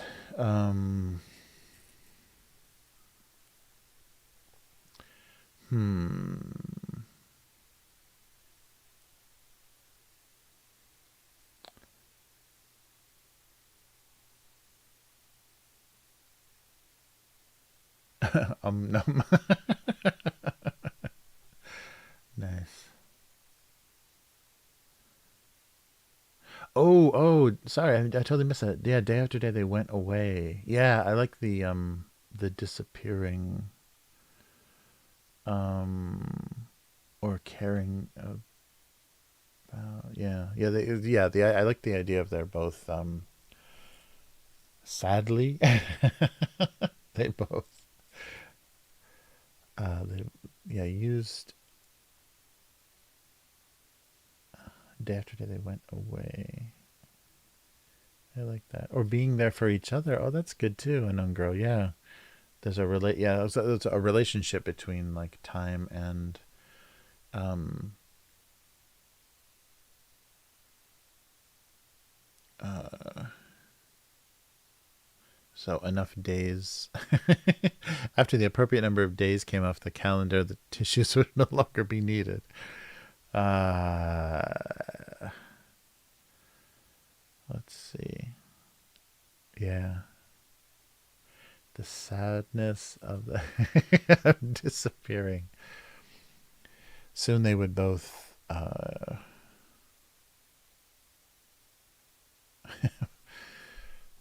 the their daily use did something things uh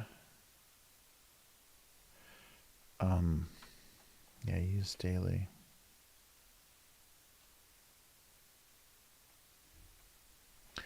Or only one of them should be used every day.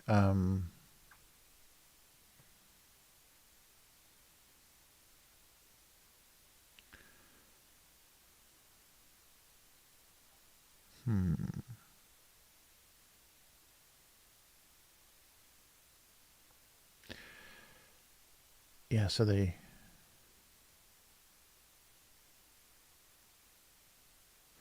had no ability to fix what was wrong, just accompany it. That's so weird and vague. Yeah, it can't be a word of the day calendar thing. That's not common enough. Um,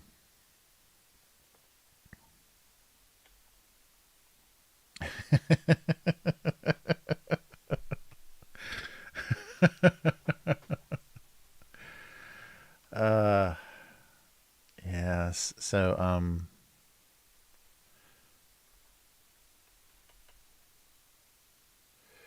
yeah. So the calendar will keep getting used.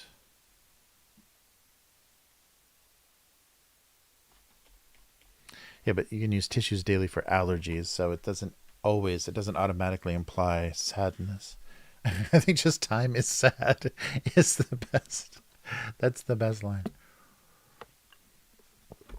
Uh, um, what's a, come on, come on, come on.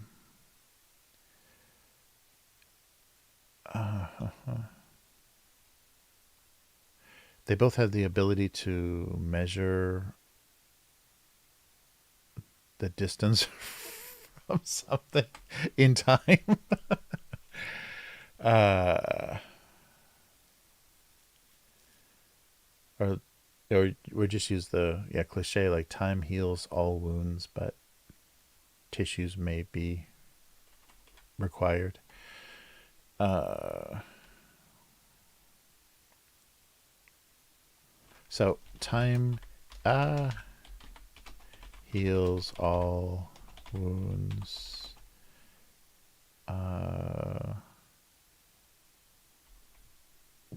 With the optional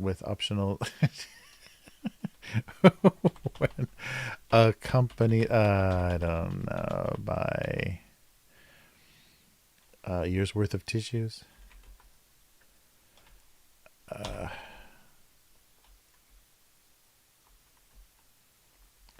Oh yeah, and tissues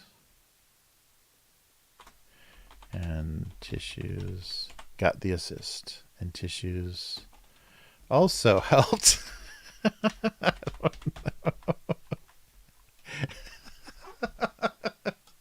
That's so stupid that it might have to go. It's there's not even like a consistent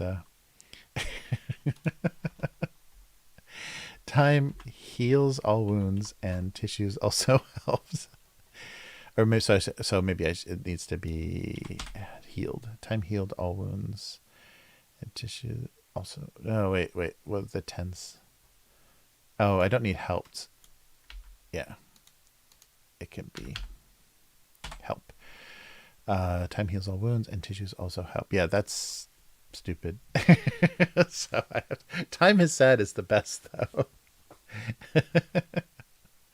Time is sad is that's should it just be time is sad? That's so perfect because it's just like, but it's like, yeah, barely related to what the cartoons are. I'm basically trying to say time is sad in another way. Time heals all wounds and tissues also help.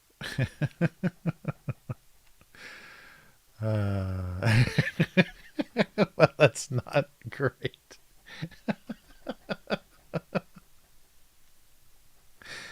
Oh man. Yeah. I think time is sad though is almost a new like type of cartoon that's so like interestingly direct. It's I mean that's the shortest, that's probably the shortest line for any of the cartoons ever.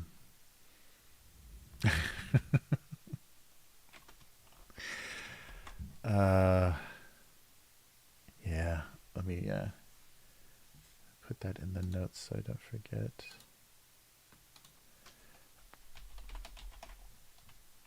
Yeah, it's so direct. It's almost too much like, oh, this is what you're trying to do all the time.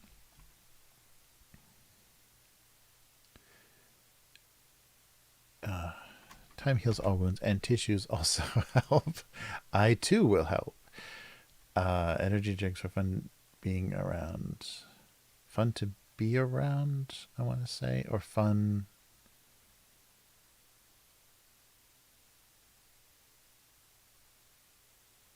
Oh, that's two sentences though, isn't it? I was like, uh, are fun to spend time with, yeah, or spend fun some about short amount of time.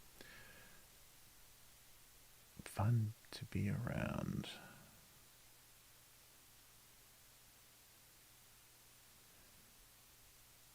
Or the idea of the crash of the opposite. Milk thinking in longer terms. Oh, I'm gonna wreck this one too, aren't I? Energy drinks are fun being around, but not for long. A short-term friend. I'm dying. Oh no. You're dying. I'm the one dying here. Trying to keep this live stream going. Energy drinks are fun being around. But not that much fun. But not for long. Yeah, there's something that I want to fix. There's something about the rhythm of this that I want a little bit better, and I think it's just because energy drinks is kind of a long phrase.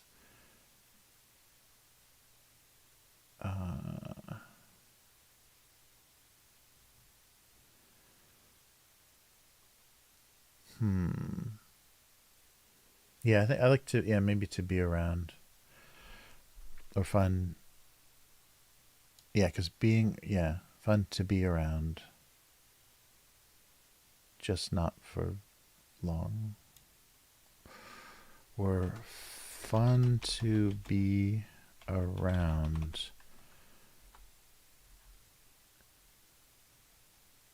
just not for long. But not for long.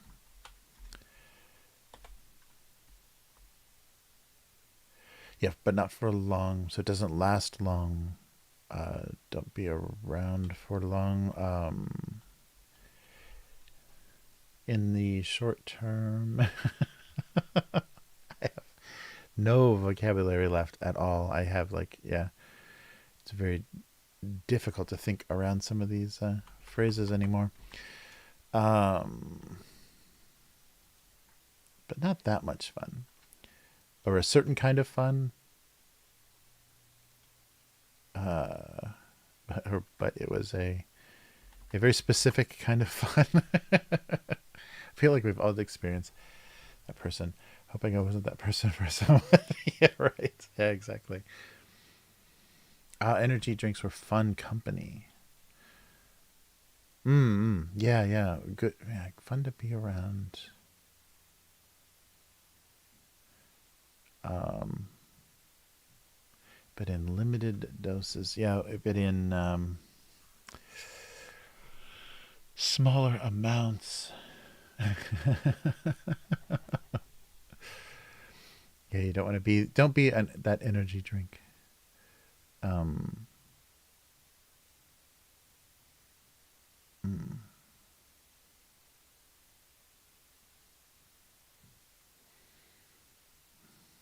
But not for long. Yum is definitely that person. Yum is that little can of energy drink that everyone's like, okay, okay, moving on. All right, drinks were fun to be around, but not for long.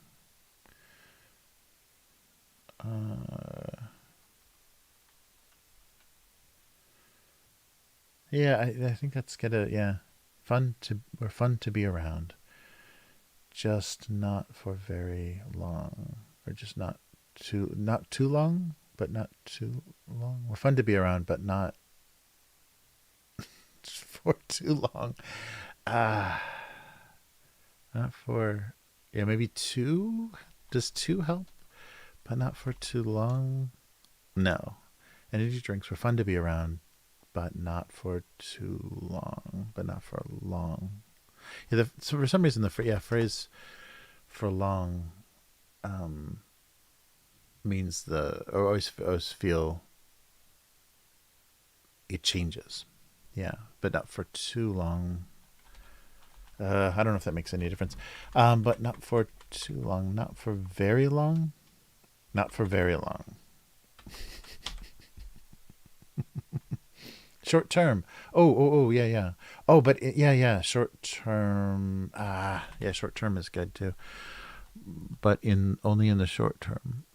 Only only so far. Only so long. Oh, maybe only so long. But only no, that doesn't help. But not for very long. Energy drinks were fun to be around, but not for very long. I think I got like very long better than so long.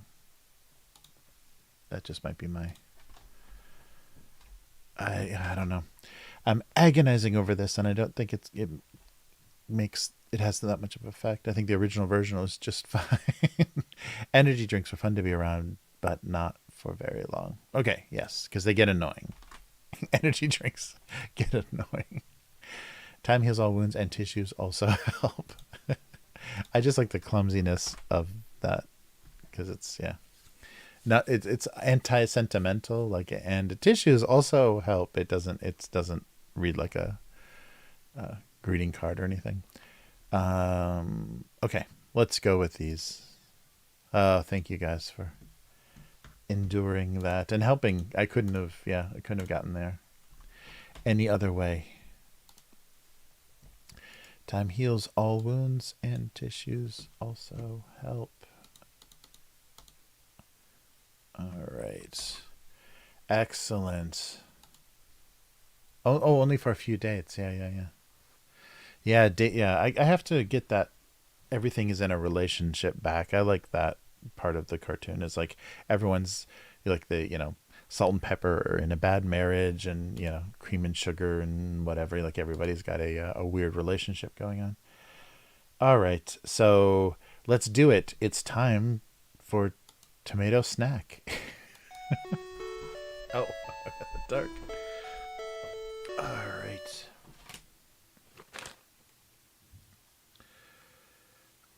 All right. Yeah, my hair is getting weirdly long. I have to make a decision here eventually. All right, so here we are in the convenience store, and it's just a reflection. tomato snack. So this was a very, I mean, it has a nice appetizing looking package, but the name of it is just like literally, it just says, I can't do the backwards thing here. It just says tomato snack. So it's literally a snack that tastes like tomatoes. And the, how it looks is a little strange. Are they trying to simulate a tomato shape? I don't know. But it says they're going to be a little bit spicy. And the ingredients are, oh, and they're not fried as well. So it says not fried in the corner. So a not fried tomatoey, little bit spicy snack. And it says on the back that it's, there's some cheese flavoring in it. So maybe kind of pizza. Oh, and they're potato. So it's like a potato puff kind of thing. So maybe one of those reconstituted potato snacks. We don't know. But it's got a zip. It's a Ziploc at the top. Oh, wow. Much brighter. Let's see. Much brighter than I thought. The outside of the package, they look like little brown, little burnt little things. But yeah, look at this. Ba-bum. Yeah, oh, so they're a little powdery. There's some powder. Yeah, it smells like a cheap pizza sauce. Yeah. Yeah, it smells like a kid's pizza. Oh, they're nice. Yeah, they're just little hollow, little thing. Yeah, oh wow, they're pretty good. But they kind of taste like a pizza snack, like a kid's pizza thing, because they're a little bit sweet tomato sauce. Not spicy at all. It said spicy on the back, but maybe I don't know what that means. Maybe like there's kind of a oregano or kind of a Italian spice, but not, hot, spicy, just Italian spicy flavor. Yeah, it's like a crappy, like that, like pizza sauce in a bottle or something you can put on toast, like put a piece of cheese and like pizza sauce on toast. It tastes like that. Yeah, these are nice though. They're crunchy and pretty light, and it's a potato-based snack, so there's not like a weird like corn or any flavor competing. Yeah, it just tastes like a little, if a pizza crust, or like a pizza cracker, maybe. Yeah. No, these are nice.